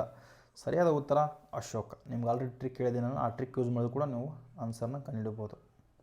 ಸಾರನಾಥದ ರಾಜಧಾನಿಯು ಅಶೋಕನ ಕಲೆಗೆ ಅತ್ಯುತ್ತಮ ಉದಾಹರಣೆಯಾಗಿದೆ. ಇದು ಭಾರತದ ರಾಷ್ಟ್ರ ಲಾಂಛನವಾಗಿ ಅಂಗೀಕಾರ ಮಾಡಲಾಗಿವೆ. 4 ಸಿಂಹಗಳು 4 ದಿಕ್ಕುಗಳಿಗೆ ಮುಖ ಮಾಡಿ ನಿಂತಿವೆ. ಇದರ ಕೆಳಗೆ ಧರ್ಮಚಕ್ರವಿದೆ. ಇದು ಭಾರತದ ರಾಷ್ಟ್ರಧ್ವಜದಲ್ಲಿ ಅಳವಡಿಕೆ ಮಾಡಲಾಗಿದೆ. ಇದನ್ನು ಮಿರರ್ ಪಾಲಿಶ್ ಹೊಂದಿದ ಏಕಶಿಲೆ ನಿರ್ಮಿತವಾಗಿದೆ. ಸಾರನಾಥವು ಬುದ್ಧನ ಮೊದಲ ಧರ್ಮೋಪದೇಶ ಪಡೆದ ಸ್ಥಳವಾಗಿದೆ. ನೆಕ್ಸ್ಟ್, ಚಂದ್ರಗುಪ್ತನ ಕಾಲದ ಕಲೆಯ ಬಗ್ಗೆ ಹೆಚ್ಚಿನ ಮಾಹಿತಿ ಇಲ್ಲ. ಓಕೆ, ಕನಿಷ್ಕನು ಕುಶಾನ ವಂಶದ ರಾಜ ಮತ್ತು ಗಾಂಧಾರ ಶೈಲಿಗೆ ಪ್ರಸಿದ್ಧ ಯಾರ್ರಿ? ಕನಿಷ್ಕ. ಇದ್ರ ಬಗ್ಗೆ ಆಲ್ರೆಡಿ ಗೊತ್ತಾಗ್ತದೆ. ನೆಕ್ಸ್ಟ್, ಅಶೋಕನ ಸ್ತಂಭಗಳ ವೈಶಿಷ್ಟ್ಯ ಯಾವುದು? ಮಿರರ್ ಪಾಲಿಶ್ ಹೊಂದಿದ ಏಕಶಿಲ. ಆಲ್ರೆಡಿ ಇದು ಆನ್ಸರ್ ಬಂದಿತ್ತು, ಹೌದಲ್ರಿ? ಅಶೋಕನ ಸ್ತಂಭಗಳು ಒಂದೇ ಕಲ್ಲಿನಿಂದ ನಿರ್ಮಿತವಾದ ಏಕಶಿಲವಾಗಿದೆ. Mirror polish ಹೊಂದಿರ್ತವು. ಸ್ತಂಭದ ಮೇಲೆ ಸಿಂಹ, ಆನೆ, ವೃಷಭ, ಕುದುರೆ. ಓಕೆ, ಸ್ತಂಭದ ತುದಿಯಲ್ಲಿ ಧರ್ಮಚಕ್ರವಿದೆ. ಇವುಗಳನ್ನು ಅಶೋಕ ಧರ್ಮ ಸಂದೇಶವನ್ನು ಪ್ರಚಾರ ಮಾಡಲು ಸ್ಥಾಪಿಸಲ್ಪಟ್ಟಿದ್ದ. ಸ್ತಂಭಗಳು ಸುಮಾರು 40ರಿಂದ 50 ಅಡಿಗಳು ಎತ್ತರದಲ್ಲಿವೆ. ಓಕೆನಾ? ಸ್ತಂಭಗಳು ಚುನಾರ್ ಎಂಬ ಸ್ಥಳದಿಂದ ತರಿಸಿದ ಕಲ್ಲಿನಿಂದ ನಿರ್ಮಿಸಿವೆ. ಅಲ್ಲ ಕ್ವಶನ್ಗೆ ಇಷ್ಟ ಆಗಿರಲಿ. ಪರ್ಷಿಯನ್ ಪ್ರಭಾವವನ್ನು ಹೊಂದಿದೆ ಎಂದು ಕೆಲವು ಇತಿಹಾಸಕರು ಹೇಳ್ತಾರೆ. ಇನ್ನು ಮುಂದಿನ ಪ್ರಶ್ನೆ ಮೌರ್ಯರ ಅರ್ಥವ್ಯವಸ್ಥೆ ಬಗ್ಗೆ ಪ್ರಶ್ನೆ ಆಗ್ಯಾವು. ಮೌರ್ಯ ಸಾಮ್ರಾಜ್ಯದ ವಿತ್ತೀಯ ವರ್ಷ ಯಾವ ತಿಂಗಳಿನಿಂದ ಪ್ರಾರಂಭವಾಗುತ್ತದೆ? ಯಾವುದ್ರಿ? ವಿತ್ತೀಯ ವರ್ಷದ ಬಗ್ಗೆ ಕೇಳ್ಯಾರ ನೋಡ್ರಿ. ಓಕೆ, ಸರಿಯಾದ ಉತ್ತರ option C, Ashadha. June to July. ಯಾವುದ್ರಿ? June to July. ನೋಡ್ರಿ, ಇದ್ರ ಬಗ್ಗೆ ಎಲ್ಲೈತೆ ಅಂದ್ರಪ್ಪ ಅಂದ್ರೆ, ಕೌಟಿಲ್ಯನ ಅರ್ಥಶಾಸ್ತ್ರದ ಪ್ರಕಾರ ಮೌರ್ಯರ ವಿತ್ತೀಯ ವರ್ಷ ಆಷಾಢ ಮಾಸದಿಂದ ಪ್ರಾರಂಭವಾಗುತ್ತದೆ. ಇದು ಜೂನ್ ಮತ್ತು ಜುಲೈ ತಿಂಗಳಿಗೆ ಅನುರೂಪವಾಗಿದೆ. ಕೃಷಿಯ ಆಧಾರಿತ ಆರ್ಥಿಕತೆಯ ಕಾರಣ ಮಳೆಗಾಲ ಪ್ರಾರಂಭವನ್ನು ವಿತ್ತೀಯ ವರ್ಷವಾಗಿ ಆಯ್ಕೆ ಮಾಡಲಾಗಿತ್ತು ನೋಡ್ರಿ ಅವಾಗಿನ ಕಾಲಕ್ಕೆ. ಓಕೆ, ನೆಕ್ಸ್ಟ್, ಚೈತ್ರ ಮಾಸವು ಹಿಂದೂ ಕ್ಯಾಲೆಂಡರ್ ಮೊದಲ ತಿಂಗಳು. ಚೈತ್ರ, ಆಷಾಢ ಹೇಳ್ತಿದ್ವಿ ನೋಡ್ರಿ. ಇನ್ನು ಆಧುನಿಕ ಭಾರತದ ವಿತ್ತೀಯ ವರ್ಷ ಅಂದ್ರೆ ನಮ್ಮದು ವಿತ್ತೀಯ ವರ್ಷ ಅಷ್ಟೇ ಏಪ್ರಿಲ್ 1ರಿಂದ ಮಾರ್ಚ್ 31. ಓಕೆ, ನೆಕ್ಸ್ಟ್, ಮೌರ್ಯರ ಕಾಲದ ಪಣ ಎಂಬ ಬೆಳ್ಳಿ ನಾಣ್ಯವಿತ್ತು. ತಾಮ್ರದ ನಾಣ್ಯಗಳನ್ನು ಮಾಶಕ ಎಂದು ಕರೆಯುತ್ತಿದ್ದರು. ತೆರಿಗೆ ಸಂಗ್ರಹ ಕಟ್ಟುನಿಟ್ಟಾಗಿ ನಿಯಮಗಳಿದ್ದವು. ರಾಜ್ಯದ ಆದಾಯ ಪ್ರಮುಖವಾಗಿ ಭೂಕಂದಾಯವಾಗಿತ್ತು ನೋಡ್ರಿ. ಇದು ಆಲ್ರೆಡಿ ಕ್ವಶನ್ ಆಗೈತೆ. ಇನ್ನು ನೆಕ್ಸ್ಟ್ ನೋಡ್ರಿ, ಕಳಿಂಗದ ಬಗ್ಗೆ ಪ್ರಶ್ನೆ ಆಗೈತಿ. ಕಳಿಂಗ ಯುದ್ಧದ ವಿವರ ಯಾವ ಶಿಲಾಶಾಸನದಲ್ಲಿದೆ? ಸರಿಯಾದ ಉತ್ತರ 13ನೇ ಶಿಲಾಶಾಸನ. ಯಾವುದ್ರಿ? 13ನೇ ಶಿಲಾಶಾಸನ. 13ನೇ ಶಿಲಾಶಾಸನದ ಪ್ರಮುಖ ಕಳಿಂಗ ಯುದ್ಧದ ಸಂಪೂರ್ಣ ಮಾಹಿತಿ ನೀಡುತ್ತದೆ. ಅಶೋಕನು ಯುದ್ಧದಿಂದಾಗಿ ಹಾನಿಯಾದ ಬಗ್ಗೆ ಪಶ್ಚಾತ್ತಾಪ ವ್ಯಕ್ತಪಡಿಸುತ್ತಾನೆ. ಸುಮಾರು 1,50,000 ಜನರನ್ನು ಸೆರೆಹಿಡಿಯಲಾಯಿತು. 1,00,000 ಜನರು ಕೊಲ್ಲಲ್ಪಟ್ಟದನ್ನು ಉಲ್ಲೇಖವಿದೆ. ಇದರಲ್ಲಿ 13ನೇ ಬಂಡಿಗಾಲು ಶಾಸನದಲ್ಲಿ. ಇನ್ನು 1ನೇ ಶಿಲಾಶಾಸನ ಪ್ರಾಣಿ ಬಲಿ ನಿಷೇಧ ಬಗ್ಗೆ ಹೇಳುತ್ತೆ ನೋಡ್ರಿ. ಯಾವುದ್ರಿ? 1ನೇದ್ದು ಪ್ರಾಣಿ ಬಲಿ ನಿಷೇಧ. 5ನೇದ್ದು ಧರ್ಮ ಮಹಾಮಾತ್ರರು. ಓಕೆ, 7ನೇ ಸ್ತಂಭ ಧರ್ಮ ಪ್ರಚಾರದ ಬಗ್ಗೆ ಇದೆ ನೋಡ್ರಿ. ಯಾವುದ್ರಿ? 7. ಇನ್ನು 13ನೇ ಶಾಸನದಲ್ಲಿ ಅಶೋಕನ ಧರ್ಮ ವಿಜಯ ಪರಿಕಲ್ಪನೆ ಮುನ್ನುಡಿಯೈತೆ ನೋಡ್ರಿ. ಹೆಂಗೆ ನೆನಪಿಡ್ಬೇಕಂದ್ರಪ್ಪ ಅಂದ್ರೆ ನೋಡ್ರಿ, ಟ್ರಿಕ್ಸ್ ಬಂದ್ರಪ್ಪ ಅಂದ್ರೆ, ಒಂದು ಪ್ರಾಣಿ ಬಲಿ ಮಾಡುವ ಹಾಗಿಲ್ಲ. ಓಕೆನಾ? ಒಂದು ಪ್ರಾಣಿ ಬಲಿ ಮಾಡಬಾರ್ದು. 5 ಬಂದ್ರಪ್ಪ ಅಂದ್ರೆ 5 ಜನ ಬೇಕು ರೀ ಧರ್ಮ ಮಹಾಮಾತ್ರರು. ಎಷ್ಟು ಜನ ಬೇಕು ರೀ? 5 ಜನ ಬೇಕು. ಸುಮ್ಮ ಒಬ್ಬರಿಬ್ಬರು ಮಾತುಕಳ್ರಿ. 5 ಜನ ಧರ್ಮ ಮಹಾಮಾತ್ರರು ಇದ್ದಾಗ ಯಾವುದೋ ಒಂದು ಕೆಲಸ ಆಗ್ತದೆ. ಓಕೆ, ನೆಕ್ಸ್ಟ್ 7 ಬಂದ್ರಪ್ಪ ಅಂದ್ರೆ ಧರ್ಮ ಪ್ರಚಾರಕ. ಜರ್ಸಿ ನಂಬರ್ 7 ಎಷ್ಟು? MSD ಮಹೇಂದ್ರ ಸಿಂಗ್ ಧೋನಿ ಅವರು ಗಂಟಲದಲ್ಲಿ ಕಿರಿಕಿರಿ. ಯಪ್ಪ, ಅಲ್ಲಿ ಡ್ಯೂಟಿ ಮಾಡಿದ್ರೆ ಹಂಗೆ ಆಗ್ತೈತೆ. ಓಕೆ ನೋಡಿರಿ, ಇನ್ನು 7 ಬಂದ್ರಪ್ಪ ಅಂದ್ರೆ MSD ನೆನಪಿಡ್ರಿ, ಧರ್ಮ ಪ್ರಚಾರದ ಬಗ್ಗೆ ಹೇಳ್ತಿದ್ದೆ. ನೆಕ್ಸ್ಟ್ ಧರ್ಮ ಪ್ರಚಾರಪ್ಪ ಅಂದ್ರೆ ಇವತ್ತು MSD ಅವ್ರು ಏನು ರೀ ಅತಿ ಹೆಚ್ಚು ಜಾಹೀರಾತು ಮಾಡ್ತಾರೆ, ಸೊ ಪ್ರಚಾರ ಮಾಡ್ತಾರೆ, ಸೊ ಧರ್ಮ ಪ್ರಚಾರಕ. ಜಸ್ಟ್ ಇವಾಗ ಬಂದು ಟ್ರಿಕ್ಸ್ ಅದ. ಕಳಿಂಗವು ಯಾವ ಒಂದು ರಾಜ್ಯದಾಗ ಐತ್ರಿ? ಒಡಿಸ್ಸಾ ರಾಜ್ಯದಾಗ ಐತ್ರಿ. ಓಕೆನಾ? ಅಶೋಕನ ಬೌದ್ಧ ಧರ್ಮ ಸ್ವೀಕಾರ ಮಾಡ್ದ, ಇದ್ರ ಬಗ್ಗೆ ಕ್ವಶನ್ ಆಗೈತಿ. ಓಕೆನಾ? ನೆಕ್ಸ್ಟ್ ಕ್ವಶನ್ ನೋಡ್ರಿ, ಮೌರ್ಯ ಸಾಮ್ರಾಜ್ಯದ ಉತ್ತರ ಪ್ರಾಂತ್ಯದ ರಾಜಧಾನಿ ಯಾವುದು? ಆಲ್ರೆಡಿ ನಿಮ್ಗೆ ನಾನು ಹೇಳಿದ್ದೀನಿ. ಓಕೆ, ಈ ಥರ ನೆನಪಿಟ್ರಪ್ಪ ಅಂದ್ರೆ ನೆನಪಾಗ್ತೈತಿ. ಉತ್ತರ ಪ್ರಾಂತ್ಯದ ರಾಜಧಾನಿ ಯಾವುದ್ರಿ? ತಕ್ಷಶಿಲಾ. ಯಾವುದ್ರಿ? ತಕ್ಷಶಿಲಾ. ದಕ್ಷಿಣ ಬಂದ್ರಪ್ಪ ಅಂದ್ರೆ ಸುವರ್ಣಗಿರಿ. ಸುವರ್ಣಗಿರಿಲಿ ಐತ್ರಿ ನಮ್ಮ ಹೆಮ್ಮೆಯ ಕೊಪ್ಪಳ ಡಿಸ್ಟ್ರಿಕ್ಟ್. ನೋಡ್ರಿ, ಯಾರ್ಯಾರು ಕೊಪ್ಪಳದ್ರಲ್ಲ ಒಂದು ಸರಿ ಕೊಪ್ಪಳ ಅಂತ ಕಮೆಂಟ್ ಮಾಡಿರಿ, ಯಾಕಂದ್ರೆ ನಂದು ಕೂಡ ಕೊಪ್ಪಳನೇ. ಓಕೆನಾ? ಏನೋ ಬಿಡ್ರಿ, ಕೊಪ್ಪಳ ಅಂದ್ರೆ ಏನೋ ಒಂದು ಖುಷಿ. ಯಾರ ಬಂದ್ರೆ ಕಮೆಂಟ್ ಮಾಡಿರಿ. ಪ್ರಾಪರ್ ಕೊಪ್ಪಳ, ನಾನು ಡ್ಯೂಟಿ ಮಾಡ್ತಿರೋದು ಬೆಂಗಳೂರು ಸಿಟಿಯಲ್ಲಿ. ಮತ್ತು ಕೊಪ್ಪಳಕ್ಕೆ ಬಂದಿನ ಅಂತಂದೇಳಿ ಫೋನ್ ಮಾಡಕತ್ರಿ. ಫೋನ್ ನಂಬರ್ ಭಾಳ ಜನ ನಂಬರ್ ಕೇಳ್ತಾರೆ ರೀ, ಕೊಡ್ಬೋದಿತ್ತು, ಆದರೆ ಸಿಕ್ಕಾಪಟ್ಟೆ ಫೋನ್ ಬರೋ ಸ್ಟಾರ್ಟ್ ಆಗಿಬಿಡ್ತಾರೆ. ಸೊ ನಾವು ರೆಸ್ಪಾನ್ಸ್ ಮಾಡದೆ ಹೋದ್ರಪ್ಪ ಅಂದ್ರೆ ಮತ್ತು ಅದಕ್ಕೂ ಒಂದು ಇದಾಗ್ತೈತಿ. ಕೆಲವೊಂದು ಟೈಮ್ನಲ್ಲಿ ಡ್ಯೂಟಿಯಾಗಿರ್ತೀವಿ, ಮತ್ತು ಬಂದು ಕ್ಲಾಸ್ ಮಾಡಬೇಕು, ಮತ್ತು ಡ್ಯೂಟಿ ಸುಲಭಿಲ್ಲ. ಏನಿದ್ರು ಕಾಮೆಂಟ್ ಮಾಡಿರಿ, ನಾನು ಎಲ್ಲರಿಗೂ ಕೂಡ ರಿಪ್ಲೈ ಮಾಡ್ತೀನಿ. ಓಕೆ, ಅದ್ರ ಬಗ್ಗೆ ಬಿಟ್ಬಿಡ್ರಿ. ಇನ್ನು ನೋಡಿರಿ, ಮೌರ್ಯ ಸಾಮ್ರಾಜ್ಯದ 4 ಪ್ರಾಂತ್ಯಗಳಲ್ಲಿ ತಕ್ಷಶಿಲವು ಉತ್ತರ ಪ್ರಾಂತ್ಯದ ರಾಜಧಾನಿಯಾಗಿತ್ತು. ಪ್ರಸ್ತುತ ತಕ್ಷಶಿಲವು ಈಗಿನ ಪಾಕಿಸ್ತಾನದ ಪಂಜಾಬ್ ಪ್ರಾಂತ್ಯದಲ್ಲಿದೆ. ಪ್ರಾಚೀನ ಕಾಲದ ಪ್ರಸಿದ್ಧ ವಿದ್ಯಾಕೇಂದ್ರ ಯಾವುದ್ರಿ? ತಕ್ಷಶಿಲಾ. ತೋಸಾಲಿ ಪೂರ್ವ ಪ್ರಾಂತ್ಯದ ರಾಜಧಾನಿಯಾಗಿತ್ತು. ಯಾವುದ್ರಿ? ಪೂರ್ವ ಪ್ರಾಂತ್ಯದ ರಾಜಧಾನಿ ಯಾವುದು? ತೋಸಾಲಿ. ಇಲ್ಲಿ ಬರ್ತು ನೋಡ್ರಿ, ತೋಸಾಲಿ. ಇದು ಬಂದ್ರಪ್ಪ ಅಂದ್ರೆ ಉಜ್ಜಯಿನಿ. ಓಕೆನಾ? ಸುವರ್ಣಗಿರಿಯು ಮಧ್ಯ ದಕ್ಷಿಣ ಅಂದ್ರೆ ದಕ್ಷಿಣ ಪ್ರಾಂತ್ಯದ ರಾಜಧಾನಿ ಆಗಿತ್ತು, ಈಗಿನ ಕರ್ನಾಟಕ. ಪ್ರಾಂತ್ಯದ ಮುಖ್ಯಸ್ಥನು ಕುಮಾರ್ ಅಂತ ಕರೆದ್ರು ನೋಡ್ರಿ. ಇದು ತಕ್ಷಶಿಲವು ಗಾಂಧಾರ ಕಲೆಗೆ ಪ್ರಮುಖವಾಗಿದೆ. ಮೆಗಾಸ್ಥಾನೀಸ್ ತಕ್ಷಶಿಲದ ಶ್ರೇಷ್ಠತೆಯನ್ನು ವಿವರಿಸಿದ್ದಾನೆ. ಮೆಗಾಸ್ಥಾನೀಸ್ನ ಕೃತಿ ಇಂಡಿಕಾ. ಯಾವುದ್ರಿ? ಇಂಡಿಕಾ. ನೆಕ್ಸ್ಟ್, ಅಶೋಕನ ಧರ್ಮದ ಮುಖ್ಯ ಉದ್ದೇಶ ಏನಾಗಿತ್ತು? ಓಕೆನಾ? ಇನ್ನು ಒಂದು ಲೈನ್ ಕ್ವಶನ್ ಬರೋದು ಕಡಿಮೆ ಆಗೈತಿ ಇವಾಗ, ಆದರೂ ಸರಿ ತಪ್ಪು ಹೇಳಿಕೆಲ್ಲ ನಮ್ಗೆ ಹೆಲ್ಪ್ ಆಗ್ತೈತಿ. ಒಂದು ಸರಿ ಕ್ವಶನ್ ಪೇಪರ್ ಗ್ಲಾನ್ಸ್ ಮಾಡಿದ್ದಾದರೆ ನೋಡಿರಿ, ಇಷ್ಟು ಕ್ವಶನ್ ಬಿಟ್ಟರೆ ನಿಮ್ಗೆ ಇನ್ನೂ ಎಂಥ ಕ್ವಶನ್ ಕೇಳೋಕ್ಕೆ ಸಾಧ್ಯ ಹೇಳ್ರಿ ಅವ್ರು? ಹಬ್ಬ ಅಂದರೆ ಹೌದಲ್ಲ. ಏನೋ ಕನ್ನಡ ಅಫೇರ್ಸ್ ರಿಲೇಟೆಡ್ ಕ್ವಶನ್ ಬರ್ತಾವೆ. ಇತಿಹಾಸ ಅಂದ್ರೆ ಇದೈತ್ರಿ, ಮತ್ತು ಇದಕ್ಕಿಂತ ಏನು ಜಾಸ್ತಿ ಕೇಳೋಕ್ಕಾಗುತ್ತೆ ಅವರು? ಓಕೆ, ಸ್ವಲ್ಪ ನಾವು ಕೈದಾರ್ ಕೊಟ್ರಪ್ಪ ಅಂದ್ರೆ ಅವ್ರು ಕೈದಾರ್ ಹಣೆ ಬರೋಂಗೆ ರೀ. ಯಾಕಂದ್ರೆ ಅವ್ರು ಕ್ವಶನ್ ಪೇಪರು ಎನಲೈಸ್ ಮಾಡೋಕ್ಕೆ ಅಷ್ಟು ಸುಲಭ ಅಲ್ಲ. ಒಂದು ಪೇಪರಿಂದ ಇನ್ನೊಂದು ಪೇಪರಿಗೆ ನಾವು ಗೆಸ್ಸೇ ಮಾಡೋಕ್ಕಾಗಲ್ಲ, ಆ ಥರ ಕ್ವಶನ್ ಪೇಪರ್ ಬರ್ತಾವೆ ಅವ್ರು ಕೈದಾರ್ದು. ನಮ್ಮ KSP ಅಲ್ವಾ ನಾವು ನಡೆಸೋದು? ಪೊಲೀಸ್ ಮತ್ತು PSI ಪೊಲೀಸ್ ಕಾನ್ಸ್ಟೇಬಲ್ ಪರೀಕ್ಷೆ ನಡೆಸೋದ್ರಿ KSP. ಸೊ ನೀವು ಓಕೆ ಅಪ್ಡೇಟ್ ಇರಾಮ, ಆದರೂ ಹಿಂದಿನ ಪ್ರಶ್ನೆ ಪತ್ರಿಕೆಗಳನ್ನು ನೋಡಂಬ್ರಿ, ಆಮೇಲೆ ಗೊತ್ತಾಗುತ್ತೆ ನಮ್ಗೆ ಯಾವ ರೀತಿಯಾಗಿ ಬರ್ತಾವೆ ಅಂತಂದೇಳಿ.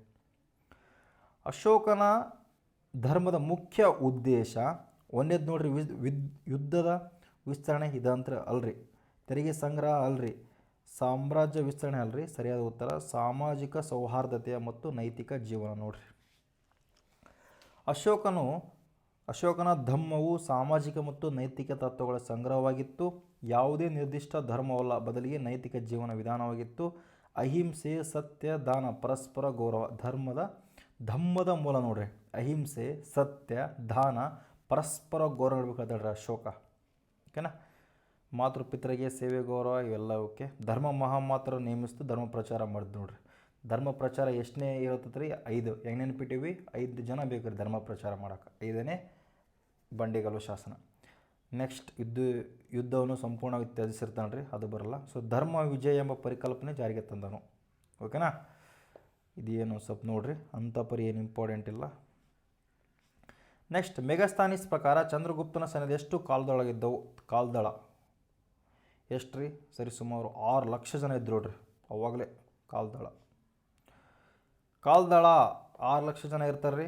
ಅಶ್ವದಳ 30,000, ದೆನ್ 9,000 ಯುದ್ಧ ಆನೆಗಳಿದ್ವು. ನೆಕ್ಸ್ಟ್ 8,000 ರಥಗಳಿದ್ವು. ನೋಡ್ರಿ ಎಷ್ಟು ರೀ? 8,000 ರಥಗಳಿದ್ವು.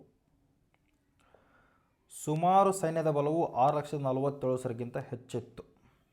ಪ್ರತಿ ವಿಭಾಗದ ಒಬ್ಬ ಅಧ್ಯಕ್ಷನ ನೇತೃತ್ವದಲ್ಲಿತ್ತು. ಸೇನಾಪತಿಯು ಸಂಪೂರ್ಣ ಸೈನ್ಯದ ಮುಖ್ಯಸ್ಥನಾಗಿದ್ದ. ಯುದ್ಧದ ಆನೆಗಳು ಮೌರ್ಯರ ಸೈನ್ಯದ ಪ್ರಮುಖ ಶಕ್ತಿಯಾಗಿದ್ದವು. ಓಕೆ, ನೆಕ್ಸ್ಟ್ ಸೆಲ್ಯೂಕಸ್ಗೆ ಎಷ್ಟು ಕೊಡ್ತಾರೆ? 500 ಯುದ್ಧದ ಆನೆಗಳನ್ನು ಕೊಡ್ತಾರೆ. ಸೆಲ್ಯೂಕಸ್ ಚಂದ್ರಗುಪ್ತನ ಮೌರ್ಯನ ಮಾವರೇತ. ನೆಕ್ಸ್ಟ್ ಪ್ರಶ್ನೆ, ಬೌದ್ಧ ಧರ್ಮದ ಪ್ರಚಾರಕ್ಕಾಗಿ ಅಶೋಕನು ತನ್ನ ಮಗನ ಮಹೇಂದ್ರನ ಎಲ್ಲಿಗೆ ಕಳಿಸಿದನು? ಓಕೆ, ಎಲ್ಲಿ ಕಳಿಸ್ತಾನೆ? ಸರಿಯಾದ ಉತ್ತರ ಮಹೇಂದ್ರನ ಕಳಿಸಿದ್ದು ಶ್ರೀಲಂಕಕ್ಕೆ ನೋಡ್ರಿ. ಎಲ್ಲಿ? ಶ್ರೀಲಂಕಾ. ಮಹೇಂದ್ರನು ಬೌದ್ಧ ಧರ್ಮ ಪ್ರಚಾರಕ್ಕಾಗಿ ಶ್ರೀಲಂಕಾಕ್ಕೆ ಕಳಿಸ್ತಾನ. ಮಗಳು ಸಂಘಮಿತ್ರಗಳನ್ನು ಸಹ ಶ್ರೀಲಂಕಾಕ್ಕೆ ಕಳಿಸ್ತಾನೆ ರೀ. ಶ್ರೀಲಂಕಾದ ರಾಜ ಮಹೇಂದ್ರನು ಶ್ರೀಲಂಕಾದ ರಾಜ ದೇವನಾಪ್ರಿಯ ತಿಸ್ಸನನ್ನು ಬೌದ್ಧ ಧರ್ಮಕ್ಕೆ ಪರಿವರ್ತಿಸಿದನು. ಸಂಘಮಿತ್ರಳು ಬೋಧಿ ವೃಕ್ಷದ ಶಾಖೆಯನ್ನು ಶ್ರೀಲಂಕಾಕ್ಕೆ ತೆಗೆದುಕೊಂಡು ಹೋದಳು. ಅಶೋಕನು ಧರ್ಮ ಪ್ರಚಾರಕ್ಕಾಗಿ ಅನೇಕ ದೇಶಗಳ ರಾಯಭಾರಿಯನ್ನು ಕಳಿಸಿದನು. ಚೀನಾಕ್ಕೆ ಧರ್ಮವು ಅಶೋಕನ ನಂತರ ಹೋಗ್ತೈತೆ ರೀ. ಓಕೆನಾ. ನೆಕ್ಸ್ಟ್ ಮಯನ್ಮಾರ್ಗೆ ಹರಡ್ತೈತಿ. 3ನೇ ಬೌದ್ಧ ಸಮ್ಮೇಳನವು ಅಥವಾ 3ನೇ ಬೌದ್ಧ ಮಹಾಸಭೆಯು ಪಾಟಲಿಪುತ್ರದಲ್ಲಿ ಅಶೋಕನ ಆಯೋಜನೆ ಮಾಡ್ತಾರೆ. ಇದರ ಅಧ್ಯಕ್ಷ ಮೊಗ್ಗಲಿ ಪುತ್ತಸ್ಯ. ಇದು ಸರಿಯಾಗಿದೆ. ಇದನ್ನು ಕೂಡ ಕ್ವಶನ್ ಆಗಿದೆ ನೋಡ್ರಿ. ಎಷ್ಟು ರೀ? 3. ರವಾ ಪಾಕ. ಟಿಕ್ಸ್ ಬಂದ್ರಪ್ಪ 1, 2, 3. ರವಾ ಪಾಕ. ಪಾಕ. ನೆಕ್ಸ್ಟ್, ಅಶೋಕನ 3ನೇ ಬೌದ್ಧ ಮಹಾಸಭೆಯ ಎಲ್ಲಿ ಆಯೋಜಿಸ್ತಾರೆ? ಅದೇ ಕ್ವಶನ್ ಆಗೈತಿ, ಪಾಟಲಿಪುತ್ರ. ಕ್ರಿಸ್ತಪೂರ್ವ 250ರ ಸುಮಾರಿಗೆ ಮಹಾಸಭೆ ಇದು ಮಾಡ್ತಾನೆ. ಮೊಗ್ಗಲಿ ಪುತ್ತಿಸ್ಯ ಮಹಾಸಭೆ ಅಧ್ಯಕ್ಷ ಇರ್ತಾನೆ. ರಾಜಗೃಹ 1ನೇ ಮಹಾಸಭೆ ಇರ್ತೈತಿ. ದೆನ್ ಬರ್ತೀವಿ ವೈಶಾಲಿ. ದೆನ್ ಕಾನಿಷ್ಕ ಕಾಶ್ಮೀರದಾಗ ಇದು ಮಾಡ್ತಾರೆ 4ನೇದ್ದು. ಓಕೆ, ಟ್ರಿಕ್ ಬಂದ್ರಪ್ಪ ರವಾ ಪಾಕ. ಪಾಟಲಿಪುತ್ರ. ನೆಕ್ಸ್ಟ್ ಕಾಶ್ಮೀರ. ಓಕೆನಾ. ಬೌದ್ಧ ಧರ್ಮದ ತತ್ವಗಳು ಸಂಕಲನವಾದ ನೋಡ್ರಿ. ಇನ್ನು ಕಥಾವಸ್ತು ಎಂಬ ಗ್ರಂಥವು ಮಹಾಸಭೆಯಲ್ಲಿ ರಚಿತವಾಯಿತು. ನೆಕ್ಸ್ಟ್ ಪ್ರಶ್ನೆ ಸ್ನೇಹಿತರೆ, ರಾಣಿ ಶಾಸನ ಎಂದು ಯಾವ ಅಶೋಕನ ಶಾಸನವನ್ನು ಕರೆಯಲಾಗುತ್ತದೆ? ಸರಿಯಾದ ಉತ್ತರ ಅಲಹಾಬಾದ್ ಸ್ತಂಭ ಶಾಸನ ನೋಡ್ರಿ. ಯಾವುದ್ರಿ? ಅಲಹಾಬಾದ್ ಸ್ತಂಭ ಶಾಸನ. ಅಲಹಾಬಾದ್ ಸ್ತಂಭ ಶಾಸನದಲ್ಲಿ ಅಶೋಕನ ರಾಣಿ ಕಾರುವಾಕಿಯ ಬಗ್ಗೆ ಇನ್ಫಾರ್ಮೇಷನ್ ಹೇಳ್ಯಾರ ನೋಡ್ರಿ. ಕಾರುವಾಕಿ ಇವರು ಅಶೋಕನ 2ನೇ ಪತ್ನಿ. ಇದನ್ನು ನಾವು ರಾಣಿ ಶಾಸನ ಎಂದು ಕರೆಯುತ್ತಾರೆ. ನಂತರ ಕಾಲದಲ್ಲಿ ಸಮುದ್ರಗುಪ್ತನು ಪ್ರಶಸ್ತಿಯ ಶಾಸನವು ಇದೇ ಸ್ತಂಭದ ಮೇಲೆ ಕೆತ್ತಿಸಲ್ಪಟ್ಟನು. ಪ್ರತ್ಯೇಕವಾಗಿ ಕಳಿಂಗ ಶಾಸನಗಳು ಒಡಿಶಾದಲ್ಲಿ ದೊರೆತಿವೆ. ರುಮ್ಮಿಂದೇವಿ ಶಾಸನವು ಬುದ್ಧ ಜನ್ಮಸ್ಥಳ ಲುಂಬಿನಿಗೆ ಸಂಬಂಧಿಸಿದೆ. ರುಮ್ಮಿಂದಿ ಶಾಸನ. 7ನೇ ಸ್ತಂಭ ಶಾಸನವು ಧರ್ಮ ಪ್ರಚಾರದ ಬಗ್ಗೆ ಹೇಳ್ತಾರೆ. ಓಕೆ, ಒಟ್ಟು ಶಾಸನಗಳು 33 ಸ್ಥಳಗಳಲ್ಲಿ ಅಶೋಕನ ಶಾಸನ ದೊರೆತಿವೆ ನೋಡ್ರಿ. ಮೌರ್ಯರ ಕಾಲದ ಬೆಳ್ಳಿ ನಾಣ್ಯಗಳನ್ನು ಏನೆಂದು ಕರೆಯುತ್ತಿದ್ದರು? ಏನು ಕರೀತಾರೆ ರೀ? ಫಣ ಅಂತ ಕರಿತಾರೆ ನೋಡ್ರಿ. ಫಣ. ದಿನರ ಬರಲ್ಲ, ರೂಪರ ಬರಲ್ಲ, ನಿಷ್ಕ ಬರೋದು ಯಾವ ಹೋಗ್ರಿ? ನಮ್ಮ ಋಗ್ವೇದ ಕಾಲದಾಗ ಬರ್ತೈತೆ ನಿಷ್ಕ. ಋಗ್ವೇದ ಅಂದರೆ ವೈದಿಕ ಕಾಲ. ಓಕೆ, ಮೌರ್ಯರ ಕಾಲದಲ್ಲಿ ಬೆಳ್ಳಿ ನಾಣ್ಯ ಪಣ ಅಂತ ಕರೀತಾರೆ. ತಾಮ್ರದ ನಾಣ್ಯಗಳನ್ನು ಮಾಶಕ ಎಂದು ಕರೆದರು. ಕರ್ಷಪಣ ಇದು ಹೆಚ್ಚು ಪ್ರಚಲಿತ ನಾಣ್ಯ. ಕೌಟಿಲ್ಯನ ಅರ್ಥಶಾಸ್ತ್ರದಲ್ಲಿ ನಾಣ್ಯ ವ್ಯವಸ್ಥೆ ವಿವರವಿದೆ. ದಿನಾರ್ ಗುಪ್ತರ ಕಾಲದ ಚಿನ್ನದ ನಾಣ್ಯ ನೋಡ್ರಿ. ಯಾವುದ್ರಿ? ದಿನಾರ್. ರೂಪಕವು ಗುಪ್ತರ ಕಾಲದ ಬೆಳ್ಳಿ ನಾಣ್ಯ. ಯಾವುದ್ರಿ? ರೂಪಕ. ಇನ್ನು ನಿಷ್ಕವು ವೈದಿಕ ಕಾಲದ ನಾಣ್ಯ. ನಿಷ್ಕ ಆಲ್ರೆಡಿ ಹೇಳಿದ್ದು ನಾನು. ನೆಕ್ಸ್ಟು ರಾಜ ಚಿಹ್ನೆಗಳಿದ್ದು ನೋಡ್ರಿ ಅವ್ರ ನಾಣ್ಯಗಳ ಮೇಲೆ. ಮೌರ್ಯ ನಾಣ್ಯಗಳ ಮೇಲೆ ರಾಜ್ಯ ಚಿಹ್ನೆಗಳಿದ್ವು. ಪಂಚ್ ಮಾರ್ಕ್ ನಾಣ್ಯಗಳು ಮೌರ್ಯರ ಕಾಲದಲ್ಲಿ ಪ್ರಚಲಿತವಾಗಿದ್ದು ನೋಡ್ರಿ. ಯಾವುದ್ರಿ? Punch mark. ಓಕೆ, ಇನ್ನು ಮುಂದಿನ ಪ್ರಶ್ನೆ, ಮೌರ್ಯ ಸಾಮ್ರಾಜ್ಯದ ಪತನದ ನಂತರ ಯಾವ ವಂಶವು ಅಧಿಕಾರಕ್ಕೆ ಬಂತು? ನಮ್ಮೆಲ್ಲರಿಗೂ ಗೊತ್ತು, ಶುಂಗ ವಂಶ. ಯಾವುದ್ರಿ? ಶುಂಗ. ಶುಂಗರ ದೊರೆ ಯಾರ್ರಿ? ಪುಷ್ಯಮಿತ್ರ ಶುಂಗನು ಕ್ರಿಸ್ತಪೂರ್ವ 185ರಲ್ಲಿ ಮೌರ್ಯ ಸಾಮ್ರಾಜ್ಯದ ಕೊನೆಯ ದೊರೆಯಾದ ಬೃಹದತ್ತನನ್ನು ಕೊಂದು ಶುಂಗ ವಂಶವನ್ನು ಸ್ಥಾಪನೆ ಮಾಡ್ತಾನೆ ರೀ. ಪುಷ್ಯಮಿತ್ರನು ಮೌರ್ಯರ ಸೇನಾಧಿಪತಿಯಾಗಿರ್ತಾನೆ. ಶುಂಗರು ಬ್ರಾಹ್ಮಣ ಧರ್ಮದ ಪುನರುತ್ಥಾನಕ್ಕೆ ಪ್ರೋತ್ಸಾಹ ನೀಡ್ತಾರೆ ನೋಡ್ರಿ. ಓಕೆನಾ. ನೆಕ್ಸ್ಟ್, ಪುಷ್ಯಮಿತ್ರನು 2ನೇ ಅಶ್ವಮೇಧ ಯಾಗವನ್ನು ಮಾಡ್ತಾನೆ. ಗುಪ್ತ ವಂಶವು ಕ್ರಿಸ್ತಪೂರ್ವ 4ನೇ ಶತಮಾನದ ಅಧಿಕಾರಕ್ಕೆ ಬಂದಿತು. ಕುಶಾನರು 1ನೇ ಶತಮಾನದ ಆಳ್ವಿಕೆ ಬಂದರು. ಶಾತವಾಹನರು ದಕ್ಕನ್ ಪ್ರದೇಶದಲ್ಲಿ ಆಳ್ವಿಕೆ ಮಾಡಿದರು. ಶುಂಗರ ರಾಜಧಾನಿ ಪಾಟಲಿಪುತ್ರವಾಗಿತ್ತು. ಹವ್ಯಸ್ಲಿ ಅವ್ರದ್ದು ರಾಜಧಾನಿ, ಮೌರ್ಯ ರಾಜಧಾನಿ ಪಾಟಲಿಪುತ್ರ, ಇವ್ರದ್ದು ಕೂಡ ಪಾಟಲಿಪುತ್ರ. ಶುಂಗರ ಕಾಲದಲ್ಲಿ ಸಂಸ್ಕೃತ ಸಾಹಿತ್ಯವು ಪುನಶ್ಚೇತಗೊಂಡಿತು. ಸಪ್ತಲಾಗಿರಲಿ. ಓಕೆನಾ. ಇನ್ನು ಮುಂದಿನ ಪ್ರಶ್ನೆ, ಭಾರತದ ರಾಷ್ಟ್ರೀಯ ಲಾಂಛನವು ಯಾವುದರಿಂದ ಪ್ರೇರಿತವಾಗಿದೆ? ಸರಿಯಾದ ಉತ್ತರ ಸಾರನಾಥದ ಸಿಂಹ ರಾಜಧಾನಿ. ಯಾವುದ್ರಿ? ಸಾರನಾಥದ ಸಿಂಹ ರಾಜಧಾನಿ. ಓಕೆ, ಇದ್ರ ಬಗ್ಗೆ ಒಂದು ಸ್ವಲ್ಪ ಹೇಳ್ತೀನಿ ನೋಡ್ರಲ್ಲಿ. ಇದನ್ನು ಜನವರಿ 26, 1950 ಅಂಗೀಕಾರ ಮಾಡಲಾಯಿತು. ಮೂಲ ರಾಜಧಾನಿಯಲ್ಲಿ 4 ಸಿಂಹಗಳಿವೆ. ರಾಷ್ಟ್ರೀಯ ಲಾಂಛನದಲ್ಲಿ 3ಗಳು ಮಾತ್ರ ಕಾಣುತ್ತವೆ. ಸತ್ಯಮೇವ ಜಯತೆ ಇದರ ಕೆಳಗೆ ಘೋಷವಾಕ್ಯ ಬರೆಯಲಾಗಿದೆ. ಇದು ಮುಂಡಕ ಉಪನಿಷತ್ತಿಂದ ತೆಗೆದುಕೊಂಡೆವು ನಾವು. ಓಕೆನಾ. ಧರ್ಮಚಕ್ರ ರಾಷ್ಟ್ರಧ್ವಜ ಸ್ಥಾನ ಪಡೆದಿದೆ. ಓಕೆ, ನೆಕ್ಸ್ಟು ಇದೆಲ್ಲ ಇಷ್ಟು ಇಂಪಾರ್ಟೆಂಟ್ ಏನಲ್ಲ, ಎಲ್ಲ ಆಲ್ರೆಡಿ ಕ್ವಶನ್ ಆಗ್ಯಾವು, ಚಿಕ್ಕ ನೋಡಿಬಿಡ್ರಿ. ನೆಕ್ಸ್ಟ್, ಮೌರ್ಯ ಸಾಮ್ರಾಜ್ಯದ ಸ್ಥಾಪನೆಯಾದ ವರ್ಷ. ಸರಿಯಾದ ಉತ್ತರ ಕ್ರಿಸ್ತಪೂರ್ವ 322ರಲ್ಲಿ ಸ್ಥಾಪನೆ ಆಗ್ತೈತಿ. ಚಂದ್ರಗುಪ್ತ ಮೌರ್ಯನು ಕ್ರಿಸ್ತಪೂರ್ವ 322ರಲ್ಲಿ ಮೌರ್ಯ ಸಾಮ್ರಾಜ್ಯವನ್ನು ಸ್ಥಾಪನೆ ಮಾಡ್ತಾನೆ. ನೆಕ್ಸ್ಟ್, ಕ್ರಿಸ್ತಪೂರ್ವ 326ರಲ್ಲಿ ಅಲೆಕ್ಸಾಂಡರ್ ಭಾರತದ ಮೇಲೆ ದಾಳಿ ಮಾಡ್ತಾನೆ. 305ರಲ್ಲಿ ಚಂದ್ರಗುಪ್ತನು ಸೆಲ್ಯೂಕಸ್ನನ್ನು ಸೋಲಿಸ್ತಾನೆ. ನೆಕ್ಸ್ಟ್, 773ರಲ್ಲಿ ಅಶೋಕನು ಸಿಂಹಾಸನ ಏರ್ತಾನೆ. 25ನೇ ವಯಸ್ಸಿನಲ್ಲಿ ಚಂದ್ರಗುಪ್ತ ಮೌರ್ಯ ಸಾಮ್ರಾಜ್ಯವನ್ನು ಸ್ಥಾಪನೆ ಮಾಡ್ತಾನೆ. ಮೌರ್ಯ ಸಾಮ್ರಾಜ್ಯ ಸುಮಾರು 137 ವರ್ಷಗಳ ಕಾಲ ಆಳ್ವಿಕೆ ಮಾಡ್ತದೆ ನೋಡ್ರಿ. ಕ್ರಿಸ್ತಪೂರ್ವ 321 ಕೂಡ ಕೆಲವು ಮೂಲಗಳಲ್ಲಿ ಸ್ಥಾಪನಾ ವರ್ಷವನ್ನು ಉಲ್ಲೇಖಿತವಾಗಿದೆ. ಚಾಣಕ್ಯನ ಸಹಾಯದಿಂದ ಚಂದ್ರಗುಪ್ತನು ನಂದರನ್ನು ಸೋಲಿಸಿ ಮೌರ್ಯ ಸಾಮ್ರಾಜ್ಯವನ್ನು ಸ್ಥಾಪನೆ ಆಲ್ರೆಡಿ ನಿಮಗೆಲ್ಲ ಹೇಳಿದ್ದೇನೆ. ಅಶೋಕನು ಸಿಂಹಾಸನವೇರಿದ ವರ್ಷ ಯಾವುದು? ಸರಿಯಾದ ಉತ್ತರ ಕ್ರಿಸ್ತಪೂರ್ವ 273ರಲ್ಲಿ ಸಿಂಹಾಸನವನ್ನು ಅಶೋಕ ಏರ್ತಾನೆ ರೀ. ಅಶೋಕನು ಕ್ರಿಸ್ತಪೂರ್ವ 273 ಸಿಂಹಾಸನವೇರಿದ. ಆದರೆ 4 ವರ್ಷಗಳ ನಂತರ ಅಂತರ್ಯುದ್ಧದ ನಂತರ ಕ್ರಿಸ್ತಪೂರ್ವ 269ರಲ್ಲಿ ಪಟ್ಟಾಭಿಷೇಕ ಪಡೆದುಕೊಂಡನು. 261ರಲ್ಲಿ ಕಳಿಂಗ ಯುದ್ಧ ಮಾಡ್ತಾನೆ. 232ರಲ್ಲಿ ಅಶೋಕನು ಮರಣ ಹೊಂದಿದ. ಅಶೋಕನು ಬಿಂದುಸಾರನ ಮಗ, ಅಂದರೆ ಅಶೋಕನ ತಂದೆ ಹೆಸರು ಬಿಂದುಸಾರ. ಸಿಂಹಾಸನಕ್ಕಾಗಿ 99 ಸಹೋದರನನ್ನು ಕೊಂದು ಬಂದ ಅಂತಂದೇಳಿ ಕಥೆ ಐತಿ, ಅದೆಲ್ಲ ನಮಗೆ ಬೇಕಾಗಿಲ್ಲ. ನೆಕ್ಸ್ಟು, ದಕ್ಷಿಣದಲ್ಲಿ ಚೋಳ, ಪಾಂಡ್ಯ, ಚೇರನ್ನು ಹೊರತುಪಡಿಸಿ ಸಂಪೂರ್ಣವಾದ ಭಾರತವನ್ನು ಇವನ ವಶದಲ್ಲಿತ್ತು ನೋಡ್ರಿ. ನೆಕ್ಸ್ಟ್, ಮೌರ್ಯ ಸಾಮ್ರಾಜ್ಯದಲ್ಲಿ ಗೂಢಾಚಾರ ವ್ಯವಸ್ಥೆಯ ಬಗ್ಗೆ ಮಾಹಿತಿ ಯಾವ ಗ್ರಂಥದಲ್ಲಿ ನೀಡಲಾಗಿದೆ? ಹವ್ಯವ್ಯಸ್ಲಿ ಕೌಟಿಲ್ಯನ ಅರ್ಥಶಾಸ್ತ್ರದ ಗ್ರಂಥ. ಗೂಢಾಚಾರ ನೋಡ್ರಿ. ಅರ್ಥಶಾಸ್ತ್ರದಲ್ಲಿ ಗೂಢಾಚಾರ ವ್ಯವಸ್ಥೆ ಬಗ್ಗೆ ಮಾಹಿತಿ ಇದೆ. ಗೂಢಾಚಾರವನ್ನು ಗೂಢಪುರುಷ ಎಂದು ಕರೆಯುತ್ತಾರೆ. ಓಕೆನಾ. ದೆನ್ ಸಂಸ್ಥಾ ಸ್ಥಾಯಿ ಅಥವಾ ಸಂಚಾರಿ, ಚಲಿಸುವ ಎಂಬ 2 ವಿಧಗಳು ಗೂಢಾಚಾರವಿದ್ದವು. ಒಬ್ಬ ಫಿಕ್ಸ್ಡ್ ಅಥವಾ ಚಲಿಸುವ ಗೂಢಾಚಾರ ಇದ್ದರು.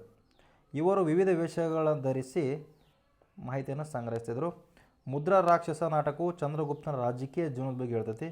ಇಂಡಿಕಾ ಗ್ರಂಥವು ಮೌರ್ಯ ಸಮಾಜದ ಬಗ್ಗೆ ವಿವರ ಐತಿ. ನೆಕ್ಸ್ಟ್, ಮಹಾಭಾಷ್ಯವು ಪತಂಜಲಿಯ ವ್ಯಾಖ್ಯಾನದ ಗ್ರಂಥವಾಗಿದೆ. ಯಾವುದ್ರಿ? ಪತಂಜಲಿಯ ವ್ಯಾಖ್ಯಾನ ಗ್ರಂಥ ಹೇಳಿದ್ರೆ ಮಹಾಭಾಷ್ಯ. ಎಕ್ಸ್ಪ್ಲೇಷನ್ ಅಷ್ಟೇ ಇಲ್ಲ, ಮಹಾಭಾಷ್ಯ ಪತಂಜಲಿದು. ಇಂಡಿಕಾ ಮೆಗಸ್ತಾನಿಸ್ತು. ಅರ್ಥಶಾಸ್ತ್ರ ಕೌಟಿಲ್ಯಂದು. ಮುದ್ರಾ ರಾಕ್ಷಸ ಯಾರ್ರಿ? ಅಶೋಕವರ್ಷನ ಮುದ್ರಾ ರಾಕ್ಷಸ, ಹೌದಲ್ರಿ. ಅಶೋಕನು ಧರ್ಮ ಪ್ರಚಾರಕ್ಕಾಗಿ ನೇಮಿಸಿದ ಅಧಿಕಾರಿಗಳನ್ನು ಏನೆಂದು ಕರೆಯಲಾಗುತ್ತದೆ? ಧರ್ಮ ಮಹಾಮಾತ್ರರು. ಸರಿಯಾದ ಉತ್ತರ ಧರ್ಮ ಮಹಾಮಾತ್ರರು. ಓಕೆ. ಅಶೋಕನು 260ರ ಸುಮಾರಿಗೆ ಧರ್ಮ ಮಹಾಮಾತ್ರರನ್ನು ನೇಮಿಸಿದ. ಇವರು ಧರ್ಮದ ಪ್ರಚಾರ ಮತ್ತು ಜನರ ನೈತಿಕ ಉನ್ನತಿ ಮಾಡೋ ಕೆಲಸ ಆಗಿತ್ತು. 5ನೇ ಮತ್ತು 13ನೇ ಶಿಲಾಶಾಸನದಲ್ಲಿ ಧರ್ಮ ಮಹಾಮಾತ್ರರ ಬಗ್ಗೆ ಉಲ್ಲೇಖ ಇದೆ ನೋಡಿ. ಓಕೆ. ರುಜುಕರು ಭೂಮಾಪನ ಮತ್ತು ತೆರಿಗೆ ಸಂಗ್ರಹ ಮಾಡುತ್ತಿದ್ದರು. ಪ್ರಾದೇಶಿಕ ಜಿಲ್ಲಾ ಮಟ್ಟದ ಅಧಿಕಾರಿಗಳಿದ್ದರು. ಯುಕ್ತರು ಕಂದಾಯ ಸಂಗ್ರಹ ಮಾಡುತ್ತಿದ್ದರು. ಓಕೆನಾ. ನೆಕ್ಸ್ಟ್ ಪ್ರಶ್ನೆ, ಅಶೋಕನ ಕಾಲದಲ್ಲಿ ಮೌರ್ಯ ಸಾಮ್ರಾಜ್ಯದ ದಕ್ಷಿಣ ಕಡೆಯಲ್ಲಿ ಯಾವ ರಾಜ್ಯಗಳು ಇರಲಿಲ್ಲ? ಅದೇ ಕ್ವಶನ್ ಆಗೈತಿ. ಸರಿಯಾದ ಉತ್ತರ ಆಪ್ಷನ್ ಎ, ಚೋಳ, ಚೇರ, ಪಾಂಡ್ಯ ಹೊರತುಪಡಿಸಿ ಎಲ್ಲದೂ ಕೂಡ ವಶಪಡಿಸ್ಕೊತ ನೋಡ್ರಿ. ಓಕೆನಾ. ನೆಕ್ಸ್ಟ್, 2ನೇ ಮತ್ತು 13ನೇ ಶಿಲಾಶಾಸನವು ಚೋಳ, ಪಾಂಡ್ಯ, ಚೇರ ಉಲ್ಲೇಖವಿದೆ. ಇದು ಮೌರ್ಯ ಸಾಮ್ರಾಜ್ಯ ಸ್ವತಂತ್ರವಾಗಿದ್ದು ಅಂತ ಹೇಳ್ತಾರೆ ನೋಡ್ರಿ. ಕಳಿಂಗ ಯುದ್ಧದ ನಂತರ ಮೌರ್ಯ ಸಾಮ್ರಾಜ್ಯದ ಭಾಗವಾಗ್ತವ್ರಿ ಅವು. ಓಕೆನಾ. ಆಂಧ್ರ ಪ್ರದೇಶದಾಗಿತ್ತು, ಗುಜರಾತ್ ಪ್ರದೇಶದಾಗಿತ್ತು, ಬಂಗಾಳ ಮತ್ತು ಅಸ್ಸಾಂ ಪ್ರದೇಶದಾಗಿತ್ತು. ಚೋಳ, ಚೇರ, ಪಾಂಡ್ಯ, ಅಶೋಕನು ಸ್ನೇಹ ಸಂಬಂಧ ಉಳಿಸಿಕೊಂಡಿದ್ದ. ಇನ್ನೊಂದು ಚೋಡ, ಪಾಡ, ಸತಿಯುತ, ಕೇರಳಯುತ ಇವು ಉಲ್ಲೇಖಿಸಲಾಗಿದೆ. ಶಾಸನಗಳು ಹೇಳಕತ್ತಾರ. ಓಕೆ. ದೆನ್ ಚಂದ್ರಗುಪ್ತ ಮೌರ್ಯ ಮತ್ತು ಜೈನ ಧರ್ಮ. ಚಂದ್ರಗುಪ್ತ ಮೌರ್ಯ ಜೈನ ಧರ್ಮವನ್ನು ಯಾವ ಜೈನ ಸನ್ಯಾಸಿ? ಸರಿಯಾದ ಉತ್ತರ ಭದ್ರಬಾಹು. ಯಾವುದ್ರಿ? ಸ್ಥೂಲ ಅಲ್ಲ, ಭದ್ರಬಾಹು. ಜೈನ ಸನ್ಯಾಸಿ ಭದ್ರಬಾಹುವಿನಲ್ಲಿ ಜೈನ ಧರ್ಮನ ಸ್ವೀಕಾರ ಮಾಡ್ತಾನೆ. ಆ್ಯಂಡ್ ದೆನ್ ಇವ್ರು ಎಲ್ಲಿ ಬರ್ತಾರೆ? ಶ್ರವಣ ಬೆಳಗೋಕ್ಕೆ ಬರ್ತಾರೆ. ಸ್ಥೂಲಭದ್ರು ಜೈನ ಧರ್ಮದ ಇನ್ನೊಬ್ಬ ಆಚಾರ್ಯ. ಮಹಾವೀರನು 24ನೇ ತೀರ್ಥಾಂಕ, ಪಾರ್ಶ್ವನಾಥ 23ನೇ ತೀರ್ಥಾಂಕ. ಓಕೆನಾ. ಸಲ್ಲೇಗಿನ ವೃತ ಮಾಡಿ ನಮ್ಮ ಚಂದ್ರಗುಪ್ತ ಮೌರ್ಯ ಇಹಲೋಕನ ತಿಳಿಸ್ತಾರೆ. ದೆನ್ ಸ್ನೇಹಿತರೆ, ಗೊತ್ತು ಕಂಟಿನ್ಯೂಸ್ ಆಗಿ ಓದ್ತಾ ಇರ್ತೀರಿ, ಸ್ವಲ್ಪ ಬೇಜಾರಾಗ್ತಿರುತ್ತಾ, ನೋಟಿಫಿಕೇಷನ್ ಬಗ್ಗೆ ಟೆನ್ಷನ್ ಇರುತ್ತಾ, ಜಾಬ್ ಆಗುತ್ತೋ ಇಲ್ಲ ಅನ್ನೋದು ಕೂಡ ದೊಡ್ಡ ಟೆನ್ಷನ್. ಈ ಒಂದು ಫೀಲ್ಡ್ ಒಳಗೆ ಏನಾಗುತ್ತೋ ಬಿಡ್ತೋ, ಜಾಬ್ ಬಿಟ್ರೆ ಫ್ಯೂಚರ್, ಜಾಬ್ ಆಗದಾದ್ರೆ ನನ್ನ ಫ್ಯೂಚರ್ ಹೆಂಗೆ? ಹೌದು, ಎಲ್ಲರಿಗೂ ಇದೇ ಕಾಡದ. ಓದಬೇಕು ಸ್ನೇಹಿತರೆ, ಓದಬೇಕು. ಓದೋದು ಬಿಟ್ಟರೆ ಏನೂ ಇಲ್ಲ. ಈ ಮಿಡ್ಲ್ ಕ್ಲಾಸ್ನಾಗ ಇರ್ತಾರೆ ನೋಡ್ರಿ, ಮಿಡ್ಲ್ ಕ್ಲಾಸ್ ಜೀವನನ ಇಷ್ಟು. ನಮಗೆ ಗೌರ್ಮೆಂಟ್ ಜಾಬ್ ಬಿಟ್ರೆ ಬೇರೆ ಯಾವುದೂ ಕಾಣಿಸಲ್ಲ. ಬಿಸ್ನೆಸ್ ಮಾಡ್ಬೇಕಂದ್ರಪ್ಪ ನಮ್ಮ ಕಡೆ ರೊಕ್ಕ ಇರಲ್ಲ. ನೆಕ್ಸ್ಟ್ ನೋಡ್ರಿ, ಹೇಳಿಕೆ ಆಧಾರಿತ ಪ್ರಶ್ನೆಗಳು. ಮೊದಲ ಪ್ರಶ್ನೆ, ಮೌರ್ಯ ಸಾಮ್ರಾಜ್ಯವು ಸಂಪೂರ್ಣ ಭಾರತದಲ್ಲಿ ಏಕರೂಪ ಆಡಳಿತ ವ್ಯವಸ್ಥೆಯನ್ನು ಹೊಂದಿತ್ತು. ಹೌದೇನ್ರಿ? ಏಕರೂಪ ಆಡಳಿತ ವ್ಯವಸ್ಥೆ ಹೊಂದಿದ್ದಿಲ್ಲ ರೀ ಇದು. ಯಾಕಂದ್ರೆ ಪ್ರದೇಶದಿಂದ ಪ್ರದೇಶಕ್ಕೆ ಏಕರೂಪದ ವ್ಯವಸ್ಥೆ ಕಂಡುಬರಲ್ಲ. ನೋಡಂಬ್ರಿ, ಮೌರ್ಯರು ಆಂತರಿಕ ಮತ್ತು ಬಾಹ್ಯ ಭದ್ರತೆಗಾಗಿ ವ್ಯಾಪಕ ಗೂಢಾಚಾರ ವ್ಯವಸ್ಥೆಯನ್ನು ಹೊಂದಿದ್ದರು. ಹೌದ್ರಿ, ಇದು ಬರೋಬ್ಬರ. ನೆಕ್ಸ್ಟ್, ಪ್ರಾಂತೀಯ ಆಡಳಿತ ಮುಖ್ಯಸ್ಥನನ್ನು ಕುಮಾರ ಅಥವಾ ರಾಜಕುಮಾರ ಎಂದು ಕರೀತಾರೆ. ಹೌದ್ರಿ, ಇದು ಬರೋಬ್ಬರ ಸರಿಯಾದ ಉತ್ತರ. ನೋಡ್ರಿ, ಉತ್ತರ ಏನೈತಿ? 2 ಮತ್ತು 3 ಸರಿ. ನೋಡ್ರಿ, ಆಪ್ಷನ್ ಬಿ 2 ಮತ್ತು 3 ಸರಿ. ಈ ವ್ಯವಸ್ಥೆ ತಪ್ಪಾಗಿದೆ. ಪ್ರದೇಶದಿಂದ ಪ್ರದೇಶ ವಿಭಿನ್ನ ಆಡಳಿತ ವ್ಯವಸ್ಥೆ ಇತ್ತು. ಓಕೆ.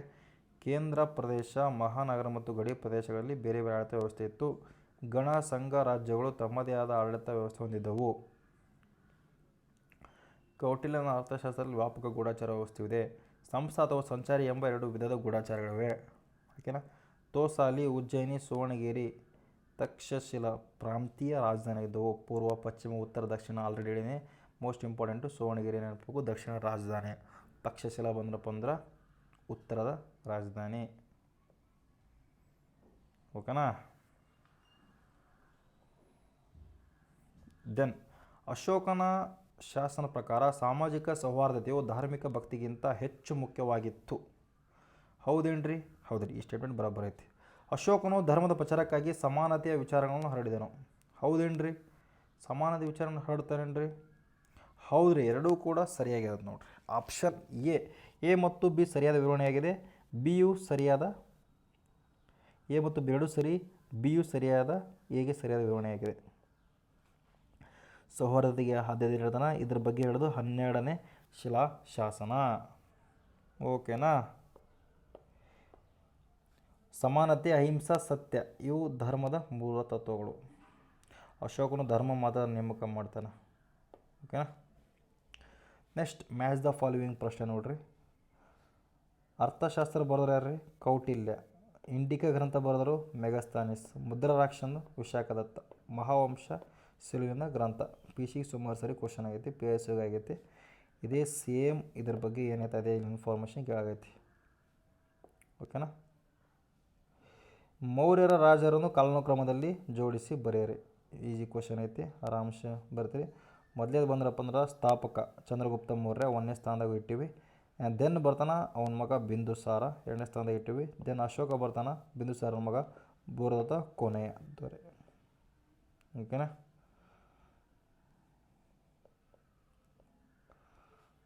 ಇದ್ರ ಬಗ್ಗೆ ಆಲ್ರೆಡಿ ಇಲ್ಲೆಲ್ಲ ಇನ್ಫಾರ್ಮೇಷನ್ ಐತಿ, ಇಸ್ವಿ ಕೊಟ್ಟಾರ, ಸ್ವಲ್ಪ ನೋಡ್ಕೊಂಬಿಡ್ರಿ. ಕರ್ನಾಟಕದಲ್ಲಿ ಅಶೋಕ ಲಘು ಶಿಲಾಶಾಸನ ದೊರೆತ ಸ್ಥಳ ಯಾವುದು? ಯಾವುದು ರೀ?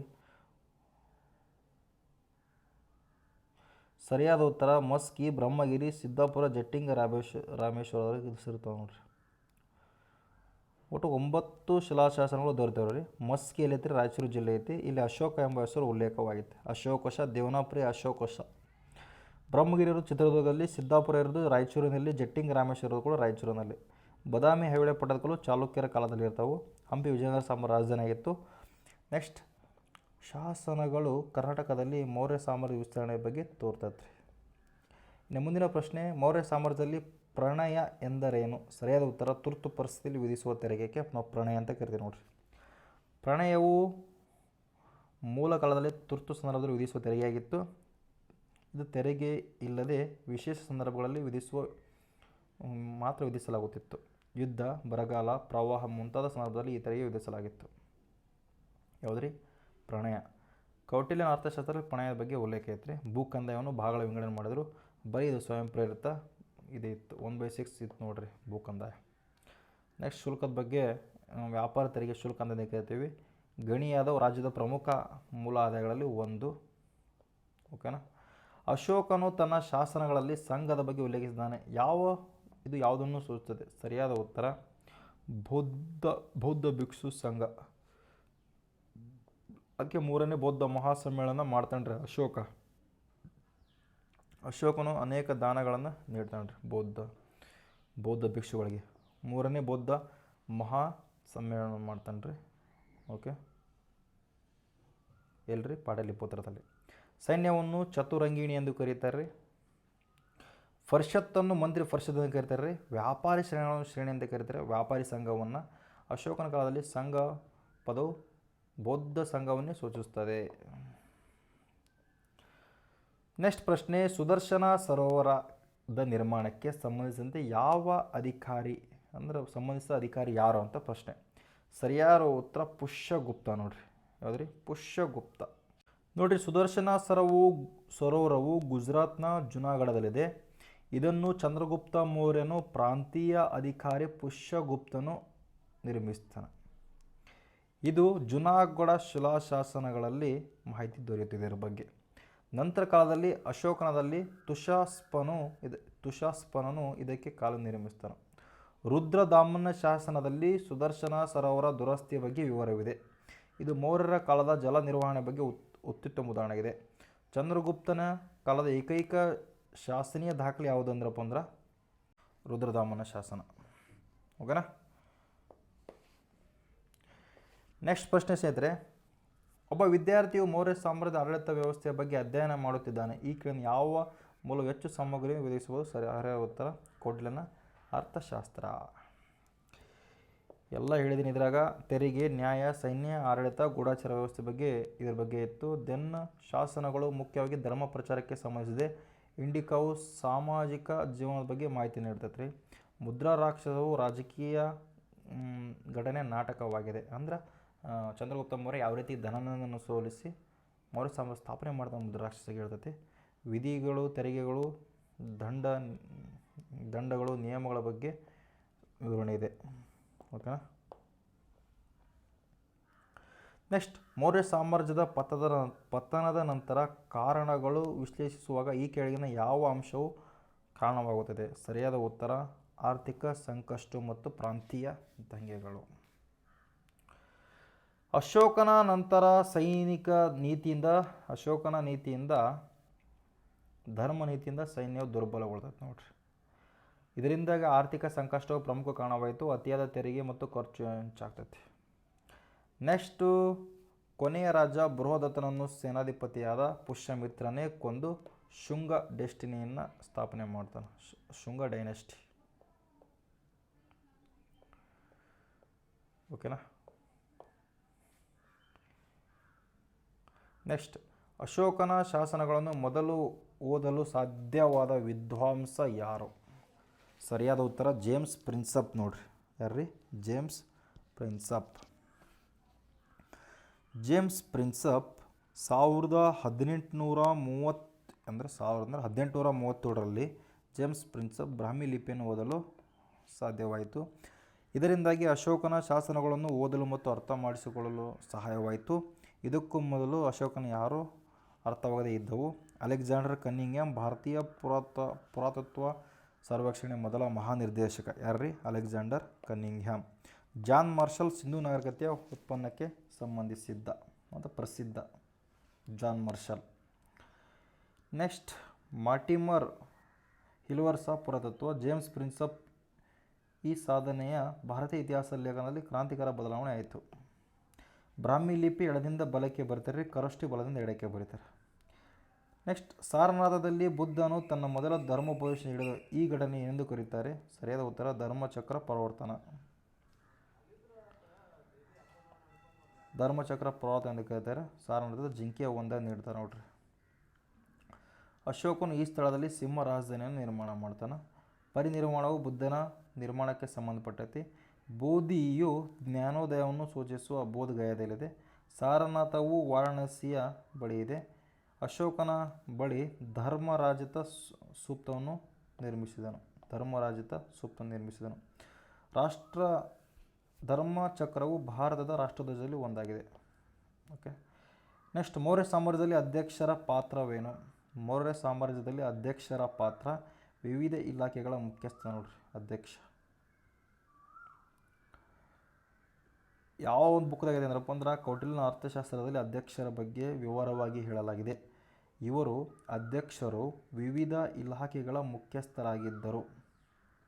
ಉದಾಹರಣೆ ಕೋಶಾಧ್ಯಕ್ಷ, ಆಕರಾಧ್ಯಕ್ಷ, ಲೋಹಾಧ್ಯಕ್ಷ. ಓಕೆ. ನೆಕ್ಸ್ಟ್ ಇವರು ರಾಜನಿಗೆ ಜವಾಬ್ದಾರಾಗಿರ್ತಾರೆ. ಪ್ರಾಂತೀಯ ಕುಮಾರ್ ಅಂತ ಕರೀತಾರೆ. ಸೈನ್ಯದ ಮುಖ್ಯಸ್ಥ ಸೇನಾಪತಿ ಅಂತ ಕರೀತಾರೆ. ನ್ಯಾಯಾಧೀಶರನ್ನು ವ್ಯಾವಹಾರಿಕ ಎಂದು ಕರೀತಿದ್ದರು. ನೆನಪಿಡ್ರದೊಂದು. ಓಕೆನಾ. ಅರ್ಥಶಾಸ್ತ್ರ ಒಟ್ಟು 32 ಅಧ್ಯಕ್ಷರ ಉಲ್ಲೇಖ ಐತೆ ನೋಡ್ರಿ. ಸಾರಾಂಶ ಇದೆಲ್ಲ ಗೊತ್ತೈತಿ. ಫಸ್ಟ್ ಅಶೋಕ 322ರಲ್ಲಿ ಅಶೋಕ ಅಲ್ಲ, ಚಂದ್ರಗುಪ್ತ ಮೌರ್ಯ 322ರಲ್ಲಿ ಸ್ಥಾಪನೆ ಮಾಡ್ತಾನೆ ಮೌರ್ಯ ಸಾಮ್ರಾಜ್ಯದ ಬಗ್ಗೆ. ರಾಜಧಾನಿ ಹೋದ್ರೆ ಪಾಟಲಿಪುತ್ರ, ಈಗಿನ ಪಾಟ್ನಾ. ನೆಕ್ಸ್ಟ್ ಚಂದ್ರಗುಪ್ತ ಮೌರ್ಯ, ಅವನ ಮಗ ಬಿಂದುಸಾರ, ನಾನು ಅಶೋಕ ಆಳ್ವಿಕೆ, ಬೃಹದತ್ತ ಕೊನೆಯ. ನೆಕ್ಸ್ಟ್ ಪ್ರಮುಖ ಮೂಲಗಳು ಬಂದ್ರಪ್ಪ ಅರ್ಥಶಾಸ್ತ್ರ ಗ್ರಂಥ ಕೌಟಿಲ್ಯನ ಅರ್ಥಶಾಸ್ತ್ರ, ಮೆಗಸ್ತನೀಸ್ನ ಇಂಡಿಕಾ, ಅಶೋಕನ ವಿಶಾಖದತ್ತನ ಮುದ್ರಾ ರಾಕ್ಷಸ. ಕರ್ನಾಟಕದಲ್ಲಿ ಶಾಸನಗಳು ಮಸ್ಕಿ, ಬ್ರಹ್ಮಗಿರಿ, ಸಿದ್ದಾಪುರ, ಜಟ್ಟಿಂಗ, ರಾಮೇಶ್ವರ. ಕಳಿಂಗ ಯುದ್ಧವು ಕ್ರಿಸ್ತಪೂರ್ವ 761ರಲ್ಲಿ ನಡೆಯಿತು. 13ನೇ ಶಿಲಾಶಾಸನದಲ್ಲಿ ವಿವರ ನಡೆಯುತ್ತೆ. ಅಶೋಕನನ್ನು ದೇವನ ಪ್ರಿಯದರ್ಶಿನಿ ಅಂತಂದೇಳಿ ನಮ್ಮ ರಾಯಚೂರು ಜಿಲ್ಲೆಯ ಮಸ್ಕಿ ಶಾಸನ ಹೇಳ್ತದೆ ನೋಡ್ರಿ. ಓಕೆನಾ.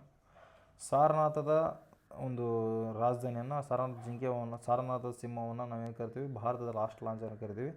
ಚಂದ್ರಗುಪ್ತ ಮರಣ ಶ್ರವಣ ಬೆಳಗೊಳ ಸಲ್ಲೇಖನ ವೃತ್ತ ಮಾಡಿ ಡೆತ್ ಆಗ್ತಾನೆ ರೀ. ಇನ್ನು ನೋಡ್ರಿ, ಇವನು ಸ್ವಲ್ಪ ಹೇಳಿಕೆ ಆಧಾರಿತ ಪ್ರಶ್ನೆ. ಇಷ್ಟೊತ್ತು ನಾವು ಒಂದು ಲೈನ್ ಪ್ರಶ್ನೆ ನೋಡಿದ್ವಿ. ಇನ್ನು ಹೇಳಿಕೆ ಆಧಾರಿತ ಪ್ರಶ್ನೆಗಳು ಯಾವ ರೀತಿ ಬರ್ತಾವೆ ಅಂತಂದೇಳಿ ತಿಳ್ಕೊಳಂಬ್ರಿ. ಬೋರ್ ಆಗತ್ತೇನ್ರಿ ಕ್ಲಾಸ್? ಆಬ್ವಿಯಸ್ಲಿ ಬೋರ್ ಆಗೇ ಆಗ್ತೈತಿ. ಯಾಕಂದ್ರಪ್ಪ ಅಂದ್ರೆ ನಾವು ದುರಂಧರ್ ಮೂವಿನ 3 ತಾಸು ನೋಡಂದ್ರೆ ನೋಡ್ತೀವಿ. IPLನ 4 ತಾಸು ಕುಂತು ನೋಡ್ತೀವಿ. ಬೆಳಗ್ಗೆ ಅದು ಸೀರಿಯಲ್ ನೋಡ್ತೀವಿ. ಇನ್ನೊಂದು ಯಾವುದೋ ವೆಬ್ ಸೀರೀಸ್ನ 4-5 ತಾಸು ಅದು ಬೆಳಗ್ಗೆ ನೋಡ್ತೀವಿ. ಇವು ಬೋರ್ ಆಗೋ ಸಬ್ಜೆಕ್ಟ್ ಅಂದ್ರೆ ಓದೋದು ಕಾಮನಾಗಿ ಬೋರ್ ಆಗೇ ಆಗುತ್ತೆ. ಆದರೆ ಮನೆಯ ಪರಿಸ್ಥಿತಿ ನಾವು ನೆನೆಸ್ಕೊಂಡು ನಾವು ಇವಾಗ ಎಲ್ಲಿದ್ದೀವಿ, ಏನು ಮಾಡಕತ್ತೀವಿ, ಏನು ಮಾಡಬೇಕಾಗೈತಿ, ಮುಂದೆ ನಾವು ಎಲ್ಲಿ ಹೋಗ್ಬೇಕು ತಲೆಗೆ ಇಟ್ಕೊಂಡು ಜೀವನ ಮಾಡಿದ್ರೆ ಏನೋ ಒಂದು ಆಗ್ತೈತಿ. ಇಲ್ಲ ನಾನು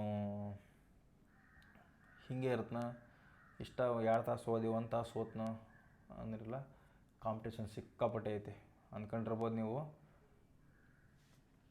ಕಾಂಪಿಟೇಷನ್ನು ಸಿಕ್ಕಾಪಟ್ಟೆ ಐತಿ ಸ್ನೇಹಿತರೆ. ನಿಮಗೆ ನಾನು ಇದು ಗೌರ್ಮೆಂಟ್ ಜಾಬ್ ಅನ್ನೋದು ದೊಡ್ಡ ಸಾಧನೆ ಅಂತಲ್ಲ, ಜೀವನದಲ್ಲಿ ದೊಡ್ಡ ಸಾಧನೆ ಅಲ್ಲ. ಒಂದೇನೋ ಲೈಫ್ನ ಸೆಕ್ಯೂರ್ ಮಾಡುತ್ತೆ ಒಂದೇದು. ಆ್ಯಂಡ್ ದೆನ್ ನಿಮ್ಗೇನಾದರೂ ಗೌರ್ಮೆಂಟ್ ಜಾಬ್ ಆದ್ರಪ್ಪ ಅಂದ್ರೆ ಏನೋ ಒಂದು ಲೈಫಲ್ಲಿ ಅಥವಾ ಒಂದು ಸಮಾಜದಲ್ಲಿ ಒಂದು ಒಳ್ಳೆಯ ಗೌರವ ಸಿಗುತ್ತೆ. ಇದು ಮಾತ್ರ 100ಕ್ಕೆ 100 ಸತ್ಯ. ನಿಮ್ಮ ಕಾನ್ಫಿಡೆನ್ಸ್ ಲೆವೆಲು ಕೂಡ ಅಷ್ಟೇ ಹೆಚ್ಚಿಗೆ ಆಗ್ತೈತೆ. ಆ್ಯಂಡ್ ಆರ್ಥಿಕ ಪರಿಸ್ಥಿತಿ ಸರ್ವೇ ಸಾಮಾನ್ಯವಾಗಿ ದಿನಕ್ಕೆ ಸುಧಾರಿಸ್ತಾ ಹೋಗ್ತದೆ. ಓಕೆನಾ. 100 ಮಾರ್ಕ್ಸಿಗೆ ನೀನು ಎಷ್ಟು ಕ್ವಶನ್ ತೆಗೆದಿ ಅನ್ನೋದು ಅಷ್ಟೇ ಇಂಪಾರ್ಟೆಂಟ್ ಆಗುತ್ತೆ. ಓಕೆ.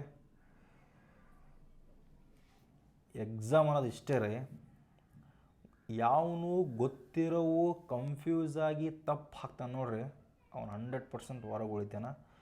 ಯಾವನು ಗೊತ್ತಿರೋವು ಸರಿ ಹಾಕಿ ಸ್ವಲ್ಪ ಗೆಸ್ ಮಾಡಿ ಒಂದು 10 ಹಾಕ್ತಾನೆ ನೋಡ್ರಿ, 10 ಒಂದು 5 ಹಾಕ್ತಾನೆ, ಆರಾಮ್ಸೆ ಒಳಗಿರ್ತಾನೆ. ಗೆಸ್ ಮಾಡೋಕ್ಕೂ ಬರ್ಬೇಕು, ಎಲ್ಲ ಈಟಿ ಅಂದಿರ್ಬೇಕು ರೀ. ಆಪ್ಷನ್ ಎ, ಆಪ್ಷನ್ ಬಿ ಅಂದರೆ ಸರಿಯಾಗಿ ಓದಿದ್ದು ಹೆಂಗೆ ಆಗಬೇಕು, ಗೊತ್ತಿರೋದು ಹೆಂಗೆ ಆಗಬೇಕು, ಅವೆಲ್ಲ ಗೊತ್ತಿದ್ದಾಗ ಮಾತ್ರ ಎಕ್ಸಾಮ್ನ ಗೆಟಿನ್ ಆಗ್ತೀವಿ. ಓಕೆ, ಸಾಕು ಅನ್ಕೊಳ್ತು ನಾನು. ಮೊದಲ ಪ್ರಶ್ನೆ ನೋಡ್ರಿ, ಮೌರ್ಯ ಆಡಳಿತದಲ್ಲಿ ಸಮಹರ್ತ ಮತ್ತು ಸನ್ನಿಧಾತ ಅಧಿಕಾರಗಳ ಕುರಿತು ಕೆಳಗಿನ ಹೇಳಿಕೆಗಳು ಪರಿಗಣಿಸಿ ಕೊಟ್ಟಾರಪ್ಪ. ಓಕೆನಾ, PDF ಕಾಲಾಗೊಂದು ಸಾಕಾಗ್ಬಿಡೋದು ನನಗೆ, ಪದೇ ಪದೇ ಪದೇ ಸೇವ್ ಆಗುತ್ತೆ. ಇದಕ್ಕೆ ಏನು ಮಾಡ್ಬೇಕು ಅನ್ನೋದಾಗ ಗೊತ್ತಾಗಲ್ಲ ನನಗೆ. ನಾವು ಡೈರೆಕ್ಟ್ ವೈಟ್ ಬೋರ್ಡ್ ಮೇಲೆ ಪಾಠ ಮಾಡಿದ ಮಂದಿ. ಓಕೆ, ಸಮಹರ್ತ ಮುಖ್ಯ ಕಂದಾಯ ಸಂಗ್ರಹ ಅಧಿಕಾರಿಯಾಗಿದ್ದ. ಹೌದೇನ್ರಿ? ಮುಖ್ಯ ಕಂದಾಯ ಅಧಿಕಾರಿ ಏನ್ರಿ? ಹೌದ್ರಿ. ಇನ್ನು ಸನ್ನಿಧಾತ ರಾಜ್ಯದ ಖಜಾನೆಯ ಮುಖ್ಯಸ್ಥನಾಗಿದ್ದ. ಹೌದೇನ್ರಿ? ಹೌದು. ಇಬ್ಬರು ನ್ಯಾಯಾಂಗ ವ್ಯವಸ್ಥೆಯ ಭಾಗವಾಗಿದ್ದರು. ಇಬ್ಬರು ನ್ಯಾಯಾಂಗ ವ್ಯವಸ್ಥೆಯ ಭಾಗ ಅಲ್ಲ. ಸರಿಯಾದ ಉತ್ತರ ಆಪ್ಷನ್ ಎ.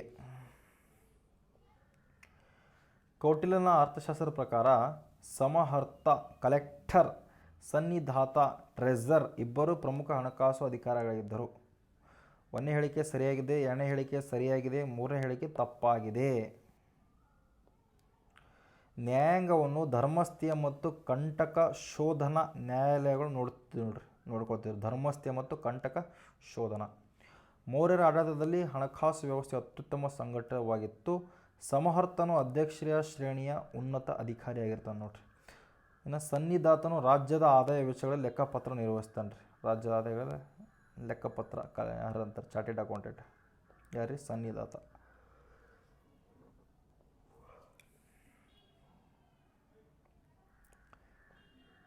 ನೆಕ್ಸ್ಟ್, ಅಶೋಕನ ಶಾಸನಗಳ ಭಾಷೆ ಮತ್ತು ಲಿಪಿಯ ಕುರಿತು ಕೆಳಗಿನ ಹೇಳಿಕೆಗಳನ್ನು ಪರಿಗಣಿಸಿ. ಹೆಚ್ಚಿನ ಶಾಸನಗಳು ಪ್ರಾಕೃತ ಭಾಷೆಯಲ್ಲಿ ಮತ್ತು ಬ್ರಾಹ್ಮಿ ಲಿಪಿಯಲ್ಲಿದೆ. ಹೌದೇನ್ರಿ? ಹೌದು, ಪ್ರಾಕೃತ ಮತ್ತು ಬ್ರಾಹ್ಮಿಯಲ್ಲಿ ಐತಿ. ವಾಯುವ್ಯ ಪ್ರದೇಶದಲ್ಲಿ ಖರೋಷ್ಠಿ ಲಿಪಿಯಲ್ಲಿದೆ. ಹೌದು, ಇದು ಕೂಡ ಹವ್ಯ 100%. ಅಲ್ಲಿ ನೋಡಿ ನಾವು ಅಫ್ಘಾನಿಸ್ತಾನ್ ಗ್ರೀಕ್ ಮತ್ತು ಅರಮಿಕ್ ಲಿಪಿಗಳಲ್ಲಿ ಶಾಸನಗಳು ದೊರೆತಿವೆ.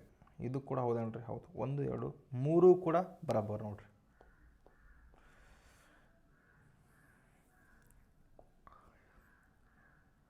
ಶಹಾಬಾಡ್ಗಿ ಮತ್ತು ಮನ್ಸೇಹ್ರಾ ಪ್ರದೇಶದಲ್ಲಿ ಖರೋಷ್ಠಿ ಲಿಪಿಯಲ್ಲಿ ದೊರೆತಿದೆ ನೋಡಿ. ಕುಂದಹಾರ್ ಅಫ್ಘಾನಿಸ್ತಾನವು ಶಾಸನದ ಗ್ರೀಕ್ ಮತ್ತು ಅರೇಮಿಕ್ ಭಾಷೆಗಳ ದ್ವಿಭಾಷಾ ಶಾಸನವಾಗಿದೆ. ಬಹುಭಾಷಾ ನೀತಿಯು ಅಶೋಕನ ಸಾಮ್ರಾಜ್ಯದ ಬಹುಸಂಸ್ಕೃತಿಯ ಸ್ವರೂಪವನ್ನು ತೋರಿಸುತ್ತದೆ. 1837ರಲ್ಲಿ ಜೇಮ್ಸ್ ಪ್ರಿನ್ಸಪ್ಪನು ಬ್ರಾಹ್ಮಿ ಲಿಪಿಯನ್ನು ಮೊದಲ ಬಾರಿಗೆ ಓದಿದನು. ಖರೋಷ್ಠಿಯು ಬಲದಿಂದ ಎಡಕ್ಕೆ ಬರುತ್ತಾರೆ. ಗ್ರೀಕ್ ಮತ್ತು ಅರೇಮಿಕ್ ಶಾಸನಗಳು ವಾಯುವ್ಯ ಗಡಿ ಭಾಗದಲ್ಲಿದೆ. ಆಲ್ರೆಡಿ ಇದ್ರ ಬಗ್ಗೆ ಎಲ್ಲ ಇನ್ಫಾರ್ಮೇಷನ್ ಕೊಟ್ಟು ನಾನು. ದೆನ್ ಮೌರ್ಯ ಸಾಮ್ರಾಜ್ಯದ ಆರ್ಥಿಕ ವ್ಯವಸ್ಥೆ ಬಗ್ಗೆ ಕ್ವಶನ್ ಆಗೈತಿ. ಪ್ರಶ್ನೆ ನೋಡ್ರಿ, ಗಣಿಗಾರಿಕೆ ಮತ್ತು ಲೋಹಶಾಸ್ತ್ರದ ಮೇಲೆ ರಾಜ್ಯದ ಏಕಸ್ವಾಮ್ಯತ್ವವಿತ್ತು. ಹೌದ್ರಿ. ಫಸ್ಟ್ನೇ ಹೇಳಿಕೆ ನಾನು ಆಲ್ರೆಡಿ ಹೇಳಿದ್ದೆ ನಿಮ್ಗೆ ಆವಾಗಲೇ, PDF ತೋರಿಸಿರ್ಬೇಕು ನಾನು. ಪ್ರಶ್ನೆ ಇದು ರೈಟ್ ಐತೆ. ಭೂಕಂದಾಯವು ಸಾಮಾನ್ಯ ಉತ್ಪಾದನೆ ಒಂದು ಭಾಗವಾಯಿತು. ಇದು ಕೂಡ ಕ್ವಶನ್ ಆಗೈತೆ. ಸರಿಯಾದ ಉತ್ತರ.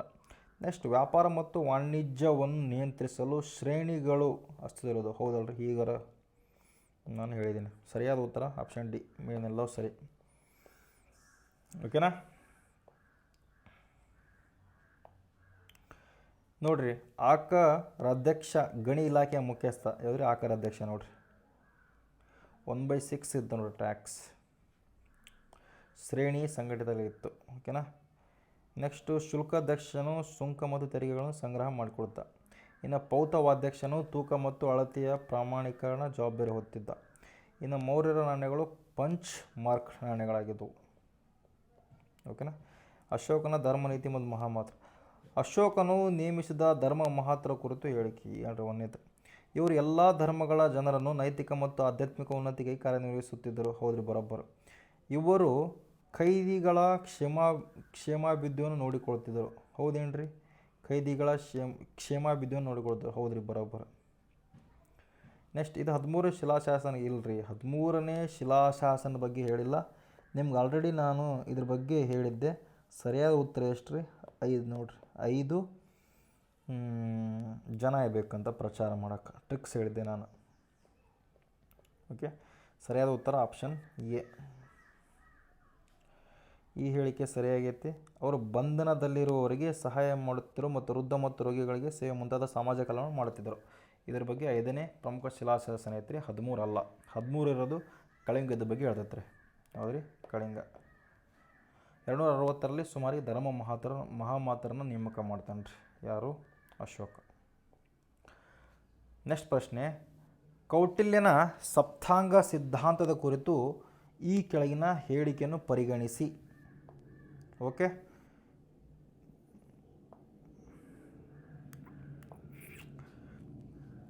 ಒಂದನೇ ಹೇಳಿಕೆ, ಈ ಸಿದ್ಧಾಂತವು ರಾಜ್ಯದ 7 ಅಂಗಗಳನ್ನು ವಿಸ್ತರಿಸಿದೆ. ಹೌದೇನ್ರಿ?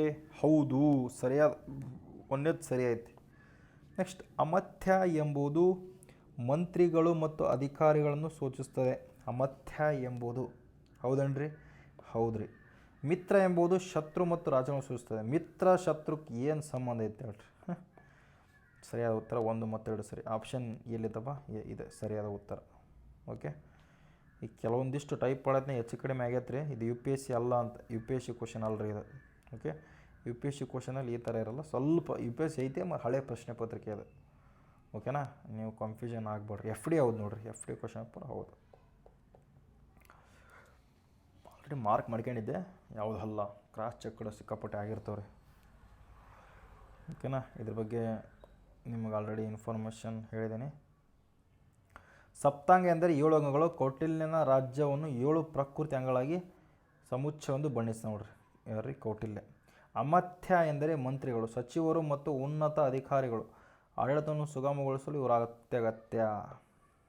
ಓಕೆ, ಸಪ್ತಾಂಗಗಳು ನೋಡ್ರಿ. ಸ್ವಾಮಿ ಅಂದರೆ ರಾಜ, ಅಮಥ್ಯ ಮಂತ್ರಿ, ಜನಪದ ಪ್ರಾದೇಶಿಕ ಮತ್ತು ಪ್ರಜೆ, ದುರ್ಗ, ಕೋಶ, ದಂಡ, ಮಿತ್ರ ರಾಜ್ಯ. ಓಕೆನಾ,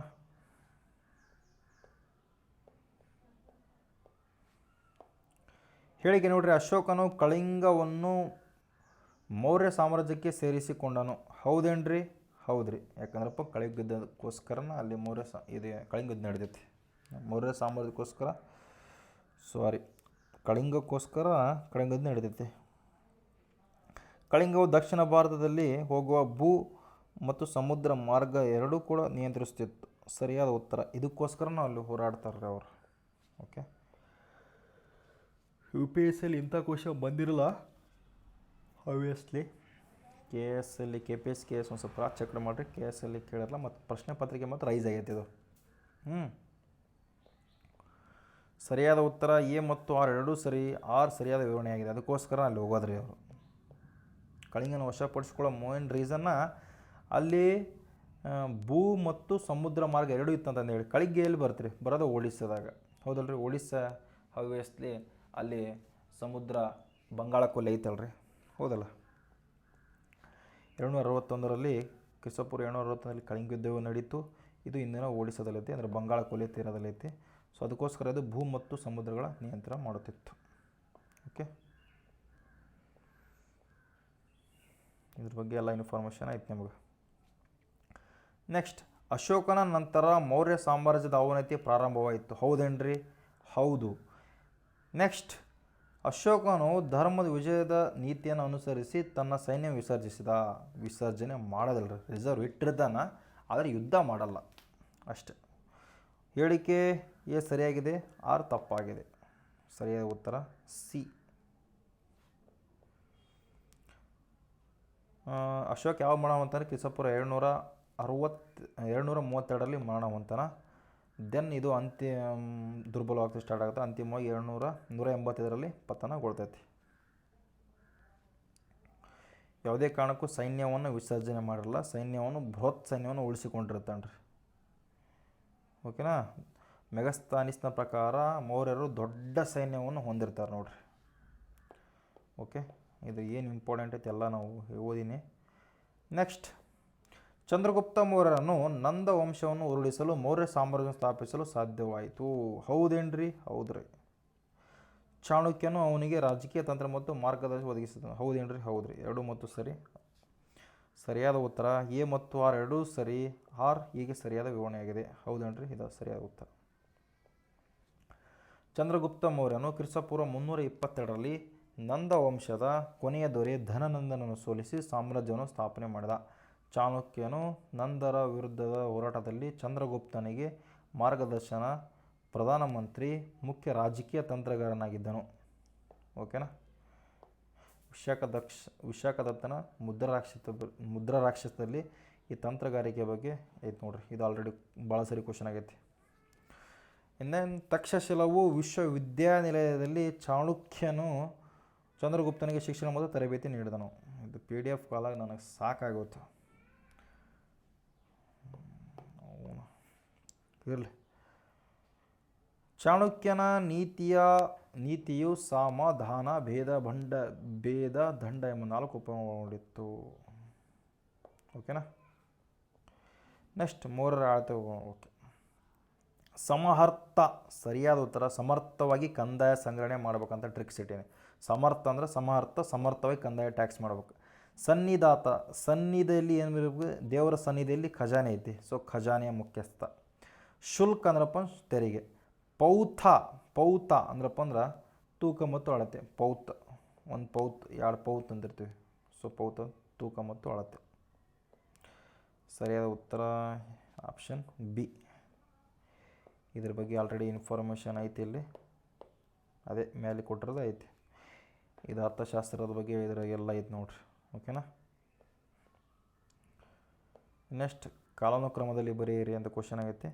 ಕಳಿಂಗ ಯುದ್ಧ, ಚಂದ್ರಗುಪ್ತ ಮೌರ್ಯ, 3ನೇ ಬೌದ್ಧ ಮಹಾಸಭೆ, ಸೆಲ್ಯೂಕಸ್. ಫಸ್ಟು ನಡೆದು 1ನೇದ್ದು ಚಂದ್ರಗುಪ್ತ ಮೌರ್ಯರಿಂದ ಏನು ಸ್ಥಾಪನೆ ಆಗತ್ತೆ ರೀ? ಮೌರ್ಯ ಸಾಮ್ರಾಜ್ಯ ಸ್ಥಾಪನೆ ಆಗುತ್ತಾ. ದೆನ್ ಏನು ಮಾಡ್ತಾರೆ ಅಂದ್ರಪ್ಪ ಅಂದ್ರೆ ಸೆಲ್ಯೂಕಸ್ ಮತ್ತು ಮೌರ್ಯ ಯುದ್ಧದ ನಡುವರ್ಕ ಇದು ನಡಿತೈತಿ. ಏನಾಗ್ತೈತಿ? ಯುದ್ಧ ನಡಿತೈತಿ. ದೆನ್ ಬರ್ತೈತಿ ಕಳಿಂಗ. ಹೌದ್ರಿ, ಕಳಿಂಗ. ದೆನ್ ಬರ್ತೈತಿ ಇದು. ಸರಿಯಾದ ಉತ್ತರ ಇಲ್ಲ ನೋಡ್ರಿ, ಎ. ಓಕೆ. ಇದ್ರ ಬಗ್ಗೆ ಇನ್ಫಾರ್ಮೇಷನ್ ಐತಿ. ಎಲ್ಲ ಆಲ್ರೆಡಿ ಓದಿದ್ದೀನಿ, ಅದಕ್ಕೆ ನಾನು ಪದೇ ಓದಕ್ಕೆ ಹೊಂಟಿಲ್ಲ. ಇನ್ಫಾರ್ಮೇಷನ್ ಐತಿ. ಅಶೋಕನ ಶಾಸನಗಳ ಪ್ರಕಾರ ಮೌರ್ಯ ಸಾಮ್ರಾಜ್ಯದ ಪ್ರಾಂತೀಯ ಕೇಂದ್ರವಾಗಿ ಅಲ್ಲದ್ದು ಯಾವುದು? ತೋಸಲಿ ಇತ್ತು, ಉಜ್ಜಯಿನಿ ಇತ್ತು, ಇಂದ್ರಪ್ರಸ್ಥ ಇಲ್ಲ, ತಕ್ಷಶಿಲ ಇಲ್ಲ. ಓಕೆ. ಇದ್ರ ಬಗ್ಗೆ ಆಲ್ರೆಡಿ ನಾನು ಹೇಳಿದ್ದೀನಿ. ತೋಸಾಲಿ, ಉಜ್ಜಯಿನಿ, ಸುವರ್ಣಗಿರಿ, ತಕ್ಷಶಿಲ. ಓಕೆ. ಇದ್ರ ಎಲ್ಲ ಇನ್ಫಾರ್ಮೇಷನ್ ಐತಿ. ಕೌಟಿಲ್ಯನ ಸಪ್ತಾಂಗ ನೋಡ್ರಿ. ಇಂಥ ಕ್ವಶನು UPSCಗೆಲ್ಲ ಆಗಿರಲ್ಲ, ಸಪ್ತೆಲ್ಲ ಆಗಿರಲ್ರಿ. ಅವು ಸ್ವಲ್ಪ ಪ್ರಿಂಟೇಕ್ ಮಿಸ್ಟೇಕ್ ಆಗೈತಿ ನೋಡ್ರಿ. ಎಲ್ಲದೂ ಕೂಡ ಪರ್ಫೆಕ್ಟ್ ಇರಬೇಕಂತ ಏನಿಲ್ಲ. ನಾನು ಎಷ್ಟು ಕೂಡ ಸಾಧ್ಯವಾಗಿ ಚೇಂಜಸ್ ಮಾಡಿದ್ದೀನಿ. ಅಂತ ಏನಾರು ಬಂದ್ರೆ ಒಂದು ಸ್ವಲ್ಪ ನೀವೇ ನೋಡ್ಕೊಂಬಿಡ್ರಿ. ಓಕೆನಾ. ಆಲ್ರೆಡಿ ಇರೋವೆಲ್ಲ ಏನೋ ಕ್ವಶನ್ ಆಗಿದಾವ್ರಿ, ಮಗರು UPSCಗೆ, KSಗೆ ಆ ಒಂದು ಪರೀಕ್ಷೆಗಳಿಗೆ ಆಗಿಲ್ಲ ಅಂತ ಹೇಳಕತ್ತೀನಿ. ಓಕೆ. ನೋಡ್ರಿ ಪ್ರಶ್ನೆ. ಕೌಟಿಲ್ಯನ ಸಪ್ತಾಂಗ ಸಿದ್ಧಾಂತದಲ್ಲಿ ಅಮಾತ್ಯ ಯಾವುದನ್ನು ಪ್ರತಿನಿಧಿಸುತ್ತಿದ್ದು? ಅಮಾತ್ಯ ಅಂದರೆ ಏನು ರೀ? ಮಂತ್ರಿಗಳು ಮತ್ತು ಅಧಿಕಾರಿಗಳು. ಓಕೆ. ಸಪ್ತಾಂಗ ಸಿದ್ಧಾಂತದಲ್ಲಿ ಅಮಾತ್ಯ ಅಂದರೆ ಮಂತ್ರಿಗಳು, ಸಚಿವರು, ಇವಾಗೇನು ಮಿನಿಸ್ಟರ್ ಅಂತೀವಲ್ಲ ಅವರೇ ನೋಡ್ರಿ. ಓಕೆನಾ.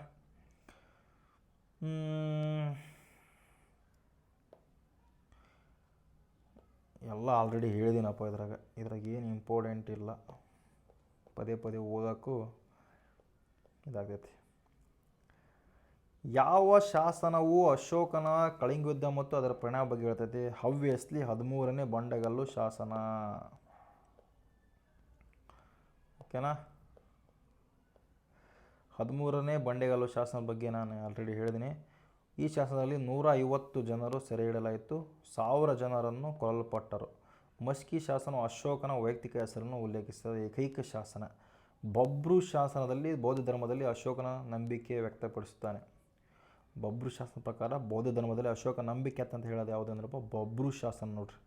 ರುಮ್ಮೆಂದೈ ಶಾಸನವು ಬುದ್ಧನ ಜನ್ಮಸ್ಥಳ ಲುಂಬಿನಿಗೆ ಸಂಬಂಧಿಸಿದೆ. ಓಕೆನಾ. ಇನ್ನು ನೆಕ್ಸ್ಟ್ ಪ್ರಶ್ನೆ, ಇದರಾಗೆಲ್ಲ ಇಂಪಾರ್ಟೆಂಟ್ ಆಲ್ರೆಡಿ ಹೇಳಿದ್ದೀನಿ. ಅಶೋಕನ ಜೀವನದಲ್ಲಿ ಒಂದು ಮಹತ್ವದ ತಿರುವು ದಾಖಲೆ ಆಗ್ತೈತೆ ರೀ 13ನೇ ಶಾಸನದಲ್ಲಿ. ಓಕೆ, ಇನ್ನು ಪ್ರಶ್ನೆ ನೋಡ್ರಿ. ಗ್ರೀಕ್ ಮೂಲಗಳಲ್ಲಿ ಚಂದ್ರಗುಪ್ತ ಮೌರ್ಯನು ಸ್ಯಾಂಡೋಕೊಟ್ಟಸ್ ಎಂದು ಕರೆಯುತ್ತಿದ್ದರು. ಹೌದೇನ್ರಿ? ಹೌದ್ರಿ, ಸರಿಯಾದ ಉತ್ತರ ಹೌದು.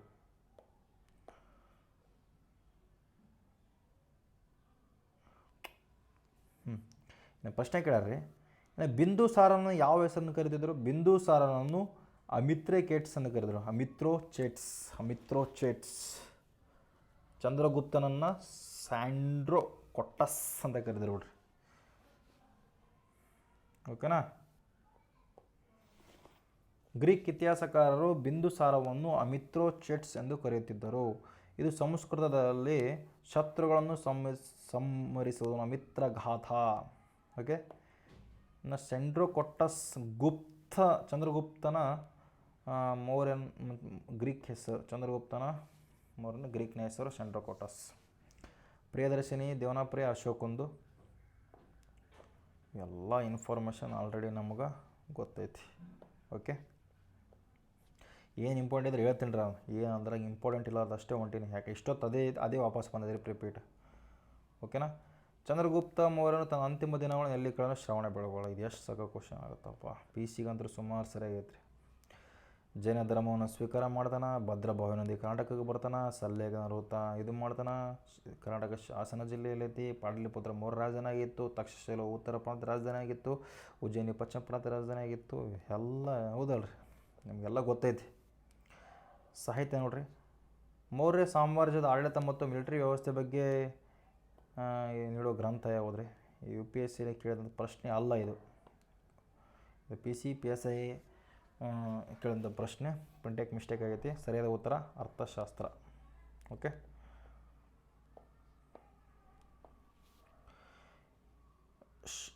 ಶುಲ್ವ ಸೂತ್ರವು ಯಜ್ಞ ವೇದಿಕೆಗಳ ನಿರ್ಮಾಣ ಮತ್ತು ಜಾಮಿತಿಗೆ ಸಂಬಂಧಿಸಿದೆ. ಬೃಹತ್ ಸಂಹಿತ ವರಾಹಮಿಹಿರನ ಕೋಗಳದ ಬಗ್ಗೆ ಹೇಳ್ತೈತೆ. ನೀತಿಸಾರ ಕಾಮುಂದಕನಿಗೆ ರಚಿತವಾಗೈತೆ ನೋಡ್ರಿ. ಓಕೆನಾ.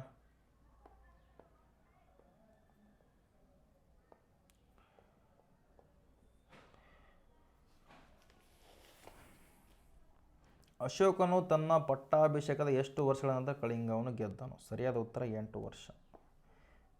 ಓಕೆ. KPSC FD ಕೇಳೋ ಪ್ರಶ್ನೆ. 8ನೇ ವರ್ಷಕ್ಕೆ ಕಳಿಂಗ ಯುದ್ಧದ ಮೇಲೆ ದಂಡೆತ್ತಿ ಹೋದನು.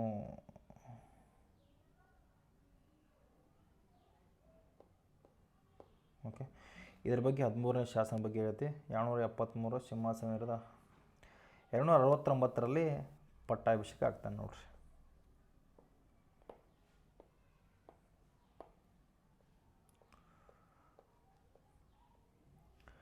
ಮೌರ್ಯ ಸಾಮ್ರಾಜ್ಯದ ಕೊನೆಯ ರಾಜ ಯಾರು? ಸರಿಯಾದ ಬೃಹದ್ದತ.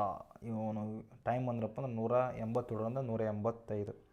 ಇವನ ಮಂತ್ರಿ ಅಥವಾ ಸೇನಾಧಿಪತಿ, ಮಂತ್ರಿ ಅಲ್ಲ ಸೇನಾಪತಿ ಪುಷ್ಯಮಿತ್ರ ಶುಂಗನು ಬೃಹದತನನ್ನು ಕೊಂದು ಶುಂಗ ಡೈನೆಸ್ಟಿಯನ್ನು ಸ್ಥಾಪನೆ ಮಾಡ್ತಾನೆ. ಓಕೆನಾ. ಇದರ ಬಗ್ಗೆ ಆಲ್ರೆಡಿ ನಿಮಗೆಲ್ಲ ಗೊತ್ತೈತಿ. ಅಶೋಕನ ಕಲ್ಲಿನ ಸ್ತಂಭಗಳ ಬಗ್ಗೆ ಈ ಕಡೆ ಹೇಳಿಕೆ ಯಾವುದು ಸರಿ? ಹೆಚ್ಚು ನಯಗೊಳಿಸಿದ ಮತ್ತು ಪಾಲಿಶ್ ಮೇಲ್ಮೈ ಹೊಂದಿದ್ದವು. ಆಲ್ರೆಡಿ ಕ್ವಶನ್ ರಿಪೀಟ್ ಆಗೈತಿ. ಹೌದು, ಬರೋಬ್ಬರ. ಇವು ಏಕಶಿಲ ಮತ್ತು ಏಕಶಿಲೆಯಿಂದ ಹೆಚ್ಚಿದ ಕಂಬ. ಹೌದೇನ್ರಿ? ಏಕಶಿಲೆಯಿಂದ ರಚನೆ ಆಗ್ತೈತೇನ್ರಿ? ಹೌದು, ರಚನೆ ಆಗ್ತೈತಿ. ಈ ಸ್ತಂಭವು ಕಂಬದ ಮೇಲೆ ಕೆಳಗೆ ಕ್ರಮೇಣ ಕಿರಿದಾಗುತ್ತಾ ಹೋಗುತ್ತೆ. ಇದ್ರ ಬಗ್ಗೆ ನನಗೆ ಇನ್ಫಾರ್ಮೇಷನ್ ಗೊತ್ತಿಲ್ಲ, ನೋಡೋಣ. ಇವು ದೊಡ್ಡ ವಾಸ್ತುಶಿಲ್ಪ ಮತ್ತು ಕಟ್ಟಡಗಳ ಭಾಗವಾಗಿದೆ. ಹೌದೇನ್ರಿ? ಕಟ್ಟಡಗಳ ಭಾಗವ, ದೊಡ್ಡ ವಾಸ್ತುಶಿಲ್ಪ ಕಟ್ಟಡಗಳ ಭಾಗ ಅಲ್ಲ ಇದು. ಓಕೆನಾ. ಇದು ತಪ್ಪಾದ ಹೇಳಿಕೆ ಬಗ್ಗೆ ಕೇಳಿದ್ರೆ ತಪ್ಪಾದ ಹೇಳಿಕೆ ಇದು. ಸೊ ಈ ಸ್ತಂಭದ ಮೇಲಿನಿಂದ ಕೆಳಕ್ಕೆ ಕ್ರಮೇಣ ಕಿರಿದಾಗುತ್ತಾ ಹೋಗ್ತದೆ. ಸರಿಯಾದ ಉತ್ತರ ನೋಡ್ರಿ. ಓಕೆನಾ.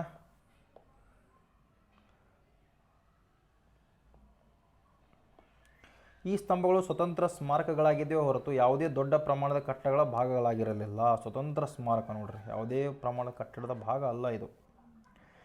ಈ ಸ್ತಂಭಗಳು ಚುನಾರ್ ಎಂಬ ಸ್ಥಳದಿಂದ ತರಿಸಿದ ಮರಳಿನಿಂದ ನಿರ್ಮಿಸಲ್ಪಡುತ್ತಿದ್ದವು.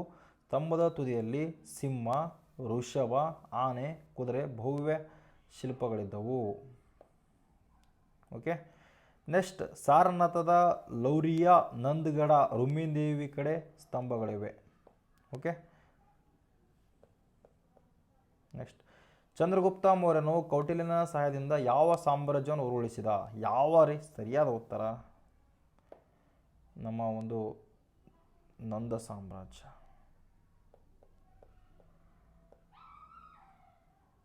ಓಕೆ, ಪ್ರಶ್ನೆ ಮತ್ತೆ ವಾಪಸ್ ಅದೇ ರಿಪೀಟ್.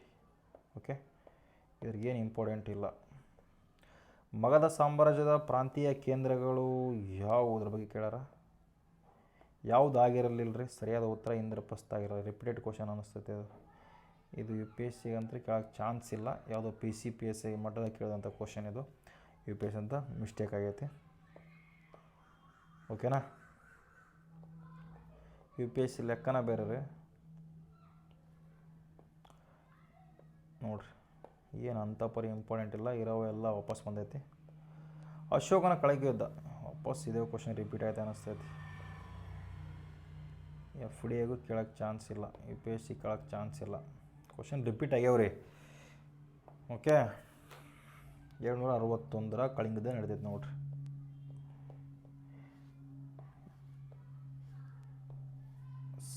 ದೇವನಾಪ್ರಿಯ ಬಿರುದು ಎಲ್ಲಿತ್ತು? ದೇವನಾಪ್ರಿಯ ಪ್ರಿಯದರ್ಶಿನಿಯಲ್ಲಿತ್ತು.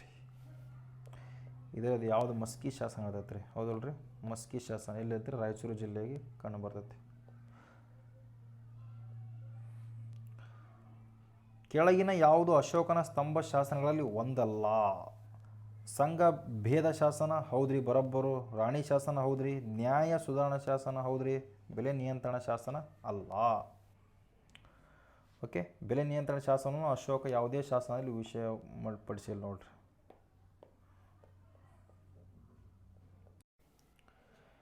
ಇನ್ನು ಮುಂದಿನ ಪ್ರಶ್ನೆ, ಮೌರ್ಯರ ಆಡಳಿತವನ್ನು ವಿವರಿಸುವ ಇಂಡಿಕಾ ಗ್ರಂಥವನ್ನು ಯಾರು ಬರೆದರು? ಅದೇ ಮೆಗಸ್ತನೀಸ್ ರೀ. ಎಷ್ಟು ಸಾರಿ ಸೆಲ್ಯೂಕಸ್ ನಿಕಟರ್ನಿಂದ ಚಂದ್ರಗುಪ್ತ ಮೌರ್ಯ ಆಸ್ಥಾನಕ್ಕೆ ಕಳಿಸಿದ. ಓಕೆ, ಇದ್ರ ಬಗ್ಗೆ ಎಲ್ಲ ಇನ್ಫಾರ್ಮೇಷನ್ ಐತಿ. ಪಾಹಿಯನ್ ಗುಪ್ತರ ಕಾಲದಲ್ಲಿ ಬಂದ ಚೀನಿ ಯಾತ್ರಿಕ. ಇಂಡಿಕಾ ಮೂಲ ಗ್ರಂಥವು ಲಭ್ಯವಿಲ್ಲದಿದ್ದರೂ ನಂತರದ ಉಲ್ಲೇಖದಲ್ಲಿ ಅದರ ವಿಷಯಗಳು ದೊರೆತವೆ ನೋಡ್ರಿ. ಓಕೆ, ಇನ್ನು ಕೆಳಗಿನ ಹೇಳಿಕೆಯನ್ನು ಪರಿಗಣಿಸಬೇಕು. ಫಸ್ಟ್ನೇದು, ಮೌರ್ಯ ಸಾಮ್ರಾಜ್ಯವನ್ನು ಚಂದ್ರಗುಪ್ತ ಮೌರ್ಯನು ಕ್ರಿಸ್ತಪೂರ್ವ 322ರಲ್ಲಿ ಸ್ಥಾಪಿಸಿದ. ಹೌದೇನ್ರಿ? ಹೌದ್ರಿ. ಹೌದಾ? ಹೌದು, ಬರೋಬ್ಬರ. ಚಂದ್ರಗುಪ್ತನು ಚಾಣಕ್ಯನ ಸಹಾಯದಿಂದ ಧನನಂದನನ್ನು ಕೊಂದು ಮೌರ್ಯ ಸಾಮ್ರಾಜ್ಯವನ್ನು ಸ್ಥಾಪಿಸಿದ. ಹೌದು, ಬರೋಬ್ಬರ. ಮೌರ್ಯ ಸಾಮ್ರಾಜ್ಯವು ಭಾರತದ ಮೊದಲ ಅಖಿಲ ಭಾರತ ಸಾಮ್ರಾಜ್ಯವಾಗಿತ್ತು. ಹೌದ್ರಿ, ಅಖಿಲ ಭಾರತ ಸಾಮ್ರಾಜ್ಯ. ಸರಿಯಾದ ಉತ್ತರ ಆಪ್ಷನ್ ಡಿ. 3 ಕೂಡ ಸರಿ ನೋಡ್ರಿ.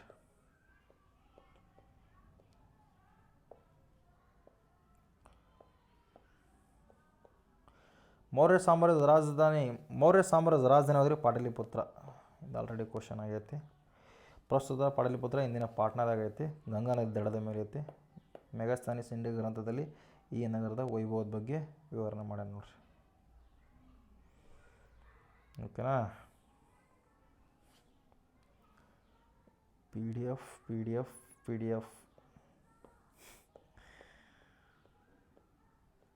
ಏನು ಸ್ನೇಹಿತರೆ, ಎಲ್ಲರೂ ಒಂದ್ಸಕ ಭೇಟಿಯಾಗಿ ಎಲ್ಲ ರೀತಿಗೆ ಮಾತಾಡ್ಬೇಕನ್ನೋದು ಭಾಳ ಆಸೆ ಐತೆ ನನಗೆ.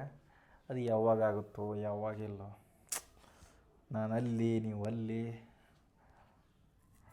ನೀವು ಆ್ಯಕ್ಚುಲಿ ನಾನು ನಿಮಗೆ ವಿಡಿಯೋ ಮಾಡಿ ನೀವು ನೋಡ್ತೀರಿ. ಮಗರ್ ನೀವು ಯಾರ್ಯಾರು ಇದ್ದೀರಿ ನಾನು ವಿಡಿಯೋ ನೋಡೋರು ಅಥವಾ ಯಾರನ್ನು ಕ್ಲಾಸ್ ಕೇಳ್ತೀರಿ? ನನಗೊಂದು ಕ್ಯೂರಿಯಾಸಿಟಿ ಇರುತ್ತಲ್ಲ ರೀ. ಯಾವ ಒಂದು ಏಜ್ನವ್ರು ಕೇಳ್ತಿರ್ತಾರೆ, ಯಾವ ಒಂದು ಜಿಲ್ಲೆಯಲ್ಲಿ ಕೇಳ್ತಿರ್ತಾರೆ, ಹೌದಲ್ಲ? ಲೈವಾಗಿ ಪಾಠ ಮಾಡೋಕ್ರಿ. ನಾನು ಗವಿಮಠದ ಇದ್ದಾಗ ಡಿಸ್ಕಷನ್ ಗ್ರೂಪ್ ಮಾಡ್ತಿದ್ವಿ. ಭಾಳ ಜನ ಡಿಸ್ಕಷನ್ ಮಾಡ್ತಿದ್ವಿ ರೀ ನಾವು. ನಾನು ನಮ್ಮ ಶರಣು ಅಣ್ಣ ಮಸ್ತಿತ್ತು ರೀ. ಈಗಲೂ ನಿಮಗೆ ಹೇಳ್ತೀನಿ ರೀ, ಯಾರಿಗಾದರೂ ಧಾರವಾಡದಲ್ಲಿ ಬಿಜಾಪುರದಲ್ಲಿ ನನಗೆ ರೊಕ್ಕ ಕೊಟ್ಟು ಅಷ್ಟು ಖರ್ಚು ಮಾಡಿ ಓದೋಕ್ಕಾಗಲ್ಲ ಅಂದ್ರಪ್ಪ ಅಂದ್ರೆ ಕೊಪ್ಪಳದ ಗವಿಮಠಕ್ಕೆ ಬರ್ರಿ. ಯಾವುದು ರೀ? ಕೊಪ್ಪಳದ ಗವಿಮಠ. ಬೇಕಾದ್ರೆ ನಿಮಗೆ ಇನ್ಫಾರ್ಮೇಷನ್ ಬೇಕಂದ್ರಪ್ಪ ಕಮೆಂಟ್ಸ್ ಬಾಕ್ಸಲ್ಲಿ ಕಮೆಂಟ್ ಮಾಡಿರಿ, ನಂಬರ್ ಕೊಡ್ತೀನಿ. ಏನಿಲ್ಲ ರೀ, ವರ್ಷಕ್ಕೆ ಬರೀ 2,000 ರೂಪಾಯಿ ರೀ. ಊಟ ಫ್ರೀ, ಲೈಬ್ರರಿ ಫ್ರೀ, ಇರೋಕ್ಕೂ ಫ್ರೀ. ಓಕೆನಾ? ನಿಮಗೆಲ್ಲದು ಫ್ರೀ ರೀ. ಕೊಪ್ಪಳದ ಗವಿಮಠ ನಮ್ಮ ಅಜ್ಜವರ ಆಶೀರ್ವಾದ ನಮ್ಮ ಮೇಲೆ ಐತ್ರಿ.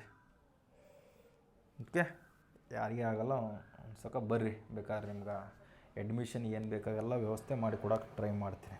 ಏನಿಲ್ಲ, ನಾವು ಮಾಡೋಕೆ ನಾನು ಯಾರಲ್ಲ, ಅಜ್ಜರ ಆಶೀರ್ವಾದ ಇದ್ರಪ್ಪ ಅಂದ್ರೆ ನಿಮ್ಮನ್ನೇ ಕರ್ಸ್ಯಂತಾರೆ ಅಜ್ಜರ. ಓಕೆ, ನಿಮ್ಗೇನಾದರೂ ದುಡ್ಡಿನ ಅಥವಾ ಆ ಥರ ಪ್ರಾಬ್ಲಮ್ ಅಂದ್ರಪ್ಪ ಅಂದ್ರೆ ಕೊಪ್ಪಳದ ಗವಿಮಠಕ್ಕೆ ಬರ್ರಿ. ನಾನು ಸುಮಾರು 13 ತಿಂಗಳು ಅಲ್ಲಿದ್ದೆ ಕೊಪ್ಪಳದ ಗವಿಮಠದಲ್ಲಿ. ಓಕೆ, ಇನ್ನು ಲಾಸ್ಟ್ ಹೋಗ್ಬಿಡಂಬ್ರಿ, ಭಾಳ ಇಲ್ಲ, ಇನ್ನೊಂದು ಸ್ವಲ್ಪ ಅದಾವು. ಅಶೋಕನ ಶಾಸನಗಳು ಹೆಚ್ಚಾಗಿ ಪ್ರಾಕೃತ ಭಾಷೆಯಲ್ಲಿವೆ ಮತ್ತು ಬ್ರಾಹ್ಮಿ ಲಿಪಿಯಲ್ಲಿವೆ. ಹೌದ್ರಿ, ಬರೋಬ್ಬರ. ವಾಯುವ್ಯ ಪ್ರದೇಶದಲ್ಲಿ ಖರೋಷ್ಠಿ ಲಿಪಿಯಲ್ಲಿದೆ. ಕ್ವಶನ್ ರಿಪೀಟೆಡ್ ಆಗೈತೆ ನೋಡ್ರಿ ಇದು. ಹೌದಲ್ರಿ? ಸರಿಯಾದ ಉತ್ತರ ಡಿ. ಇದು ರಿಪೀಟ್ ಕ್ವಶನ್, ಇದು ಆಲ್ರೆಡಿ ಓದಿನಿ ಇದು ಕ್ವಶನ್ನ, ಮತ್ತೆ ರಿಪೀಟ್ ಆಗೈತೆ ಇದು. ನೆಕ್ಸ್ಟ್, ಚಂದ್ರಗುಪ್ತ ಮೌರ್ಯನು ತನ್ನ ಕೊನೆಯ ದಿನ ಎಲ್ಲಿ ಸಲ್ಲೇಖನ ವ್ರತವನ್ನು ಇದು ಮಾಡಿದ? ಸರಿಯಾದ ಉತ್ತರ ಶ್ರವಣಬೆಳಗೊಳ. ಅವಾ ಕ್ವಶನ್ ಬರಾಕತ್ತವಲ್ರಿ. ನೆಕ್ಸ್ಟ್, ಕಳಿಂಗ ಯುದ್ಧದ ಬಗ್ಗೆ. ಕಳಿಂಗ ಯುದ್ಧವು ಅಶೋಕನ ಜೀವನದಲ್ಲಿ ಮಹತ್ವ ತಿರುವು ನೀಡಿತು. ಹೌದೇನ್ರಿ? ಹೌದು, ಬರೋಬ್ಬರು.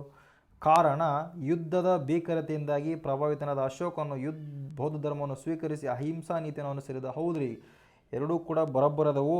ಸರಿಯಾದ ಉತ್ತರ ಎ ಮತ್ತು ಆರ್ ಎರಡೂ ಸರಿ. ಆರು ಹೇಗೆ ಸರಿಯಾದ ವಿವರಣೆಯಾಗಿದೆ. ಓಕೆ, 13ನೇ ಬಂಡೆಗಲ್ಲು ಶಾಸನದ ಬಗ್ಗೆ ಇನ್ಫಾರ್ಮೇಷನ್ ಹೇಳ್ತು ನೋಡ್ರಿ. ಕೌಟಿಲ್ಯನ ಅರ್ಥಶಾಸ್ತ್ರ ಯಾರು ಬರೀತಾರೆ ರೀ? ಸರಿಯಾದ ಉತ್ತರ ಕೌಟಿಲ್ಯನೇ ಹೇಳ್ಬಿಟ್ಟಿನ ಆಲ್ರೆಡಿ ಆನ್ಸರ್ ಒಳಗೆ. ಎಲ್ಲ ಇನ್ಫಾರ್ಮೇಷನ್ ಐತೆ ನೋಡ್ರಿ. ಹುಷಾಕನ ಬುದ್ಧ ರಾಕ್ಷಸ ಎಲ್ಲ ಹೇಳಿನಂತ ಹೇಳಿ ಸ್ಪೀಡ್ ಹೊಂಟೀನಿ, ಅದು ಬಿಟ್ಟರೆ ಮತ್ತೇನಿಲ್ಲ. ಮೌರ್ಯ ಸಾಮ್ರಾಜ್ಯದ ಕೊನೆಯ ರಾಜ ಬೃಹದತ್ತ. ಹೌದು, ಬರೋಬ್ಬರು. ಬೃಹದತ್ತನು ಆತನ ಸೇನಾಧಿಪತಿ ಪುಷ್ಯಮಿತ್ರನಿಂದ ಶುಂಗನನ್ನು ಕೊಂದನು. ಹೌದು, ಪುಷ್ಯಮಿತ್ರ ಶುಂಗನು ಇವನು ಕೊಲ್ತಾನ್ರಿ. ಯಾರು? ಬೃಹದತ್ತನನ್ನು. ಹೌದು, ಬರೋಬ್ಬರು. ಪುಷ್ಯಮಿತ್ರನು ಶುಂಗ ವಂಶದ ಸ್ಥಾಪಕ. ಹೌದ್ರಿ, 3 ಹೇಳಿಕೆ ಬರೋಬ್ಬರು ನೋಡ್ರಿ. 1, 2, 3 ಸರಿ. ಸರಿಯಾದ ಉತ್ತರ ಆಪ್ಷನ್ ಡಿ. ಇದ್ರ ಬಗ್ಗೆ ಎಲ್ಲ ಇನ್ಫಾರ್ಮೇಷನ್ ಇಲ್ಲ ಐತಿ, ಆಲ್ರೆಡಿ ಅದನ್ನು ಹೇಳಿನಿ. ಅಶೋಕನ ವೈಯಕ್ತಿಕ ಹೆಸರು ಅಶೋಕ ಎಂದು ಯಾವ ಶಾಸನದ ಉಲ್ಲೇಖವಿದೆ? ಸರಿಯಾದ ಉತ್ತರ ಮಸ್ಕಿ ಶಾಸನ. ದೇವನಾಪ್ರಿಯ ಅಶೋಕ ಶಾ 1915ರಲ್ಲಿ ಸಿ ಬಿಡನ್ ಬ್ರಿಟಿಷ್ ಇಂಜಿನಿಯರ್ ಪತ್ತೆ ಹಚ್ಚಿದನು. ಯಾವುದ್ರಿ? C Biden. ದೆನ್ ಮೌರ್ಯ ಸಾಮ್ರಾಜ್ಯದ ವಿಸ್ತರಣೆ ನೋಡ್ರಿ. ಅಶೋಕನ ಕಾಲದಲ್ಲಿ ಚೋಳ, ಚೇರ, ಪಾಂಡ್ಯ ಸ್ವತಂತ್ರವಾಗಿದ್ದವು. ಹೌದ್ರಿ, ಸ್ವತಂತ್ರವಾಗಿರ್ತಾವೆ ನೋಡ್ರಿ. ದೆನ್ ಈ ಸಾಮ್ರಾಜ್ಯ ದಕ್ಷಿಣ ಪ್ರಾಂತ್ಯದಲ್ಲಿ ಪ್ರಾಂತೀಯ ರಾಜಧಾನಿ ಸುವರ್ಣಗಿರಿ ಆಗಿತ್ತು. ಹೌದು, ಇದು ಕೂಡ ಸರಿ. ದೆನ್ ಕಳಿಂಗವು ಅಶೋಕನ ಕಾಲದಲ್ಲಿ ಮೌರ್ಯ ಸಾಮ್ರಾಜ್ಯದ ಭಾಗವಾಗಿತ್ತು. ಹೌದ್ರಿ, ಯಾಕಂದರೆ ವಶಪಡಿಸ್ಕೊಳ್ತಾನ್ರಿ. ಓಕೆನಾ? ಸರಿಯಾದ ಉತ್ತರ 1, 2, 3 ಸರಿ. Option B, D. ಓಕೆನಾ? ಇದ್ರ ಬಗ್ಗೆ ಇರೋದು ಅಶೋಕನ 2 ಮತ್ತು 13ನೇ ಬಂಡೆಗಲ್ಲು ಶಾಸನ ಹೇಳ್ತದೆ ನೋಡ್ರಿ. ಇದಾಗ ಪ್ರಶ್ನೆಗೆ ನಿಲ್ಲಿಸಿದ್ದೆ. ಚೋಳ ಮತ್ತು ಚೇರ, ಪಾಂಡ್ಯರು ಸ್ವತಂತ್ರವಾಗಿದ್ದು. ಹೌದು. ದಕ್ಷಿಣ ಪ್ರಾಂತ್ಯದ ರಾಜಧಾನಿಯಾಗಿತ್ತು. ಹೌದು. ಅಶೋಕನ ಕಾಲದಲ್ಲಿ ಕಳಿಂಗವು ಮೌರ್ಯರ ಭಾಗವಾಗಿತ್ತು. ಹೌದು, 3 ಕೂಡ ಭಾಗ. ಸರಿಯಾದ ಉತ್ತರ option D. Okay, I think last question ಅನ್ನಿಸ್ತೈತಿ. ಇನ್ನೊಂದು 2 ಕ್ವಶನ್ ಇರಬೇಕು. ಹೇಳಿಕೆ, ಮೌರ್ಯ ಸಾಮ್ರಾಜ್ಯವನ್ನು ಕ್ರಿಸ್ತಪೂರ್ವ 322ರಲ್ಲಿ ಸ್ಥಾಪಿಸಲಾಯಿತು. ಹೌದು, ಬರೋಬ್ಬರ. ಕಾರಣ, ಚಂದ್ರಗುಪ್ತ ಮೌರ್ಯನು ಕ್ರಿಸ್ತಪೂರ್ವ 322ರಲ್ಲಿ ನಂದ ವಂಶದ ಧನನನ್ನು ಸೋಲಿಸಿ ಪಾಟಲಿಪುತ್ರನ ವಶಪಡಿಸಿಕೊಂಡ. ಹೌದ್ರಿ, 2 ಹೇಳಿಕೆ ಸರಿಯಾಗಿದೆ. ಎ ಮತ್ತು ಆರ್ ಎರಡೂ ಸರಿ. ಆರ್ ಹೇಗೆ ಸರಿಯಾದ ವಿವರಣೆಯಾಗಿದೆ. ನೆಕ್ಸ್ಟ್ ಪ್ರಶ್ನೆ, 322ರಲ್ಲಿ ಚಂದ್ರಗುಪ್ತ ಮೌರ್ಯನು ಚಾಣಕ್ಯನ ಸಹ ಅದೇ ಕ್ವಶನ್ ಮತ್ತೆ ಏನೋ ಎಕ್ಸ್ಪ್ರೆಷನ್ ಐತಿ ಇಲ್ಲಿ, ನಿಮಗೆಲ್ಲ ಗೊತ್ತೈತಿ. ಓಕೆ, ಐ ಥಿಂಕ್ ಇದು ಕ್ವಶನ್ ಪ್ರಿಂಟ್ ಆಗಿಲ್ಲ ಇಲ್ಲಿ.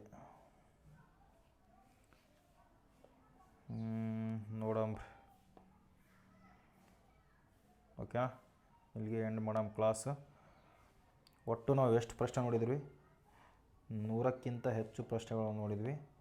ಕೆಲವೊಂದು ಟೈಮಲ್ಲಿ ಪ್ರಿಂಟ್ ಮಿಸ್ಟೇಕಲ್ಲಿ ಅದು UPSC KS ಅನ್ನೋ ಪ್ರಿಂಟ್ ಮಿಸ್ಟೇಕ್ ಆಗಿರುತ್ತೆ. ಅದು ಕಂಪಲ್ಸರಿ ಎಕ್ಸಾಮಲ್ಲಿ ಕೇಳಿರುವಂತಹ ಪ್ರಶ್ನೆಗಳಾಗಿರ್ತವೆ. ಓಕೆನಾ?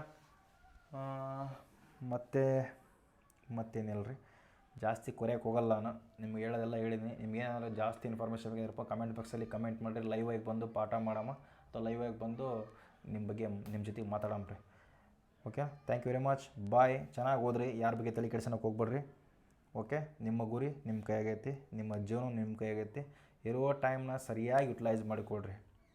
ಹಬ್ಬ ಹರಿದಿನ ಮದುವೆ ಅವೆಲ್ಲ ಇರೋದ್ರಿ ಲೈಫ್ನಾಗ, ಎಲ್ಲ ಇರ್ತಾವೆ. ಆದ್ರೆ ಮುಂದೆ ವಯಸ್ಸು ಎಕ್ಸಾಮ್ ಹೋದ್ಮೇಲೆ ನಿಮ್ಮನ್ನೈತಲ್ಲ ಅದು ಈ ಫೀಲ್ಡಾಗ ಒಂಥರ ಇರೋದು. ಸಕ್ಸಸ್ ಆದವಂಗೆ ಅಷ್ಟ ಇದು ಬೆಲೆ. ಫೇಲ್ಯೂರ್ ಆದವನಿಗೆ ಒಂಥರ ನೋಡ್ತಿರ್ತದೆ ಸಮಾಜ. ಅವನು ಓದೇ ಇಲ್ಲ ಬಿಡ, ಫುಲ್ ಓದ್ಲಾ ಹೊಡ್ದಾನ ಅನ್ನೋ ರೇಂಜಿಗೆ ಹೋಗ್ಬಿಡ್ತೈತಿ. ಸೊ ಅಂಥವನು ಪಟ್ಟ ನೀವು ತೊಗೊಳ್ಬೇಡ್ರಿ. ಶಕ್ತಿ ಮೀರಿ ಪ್ರಯತ್ನ ಮಾಡಿರಿ, ಶಕ್ತಿ ಮೀರಿ. ಓಕೆನಾ? ಆಗಿದ್ದಾಗಲಿ, ಲಾಸ್ಟ್ ನಮ್ಮನ್ನಾರು ಕೈ ಬಿಡ್ತೈತಿ. Okay, bye. Thank you very much. All the best. ಒಳ್ಳೆ ಗುಣ, ಒಳ್ಳೆ ನಡತೆ, ಒಳ್ಳೆ ಸಂಸ್ಕಾರ ಮನುಷ್ಯನ ನಿಜವಾದ ಶ್ರೀಮಂತ.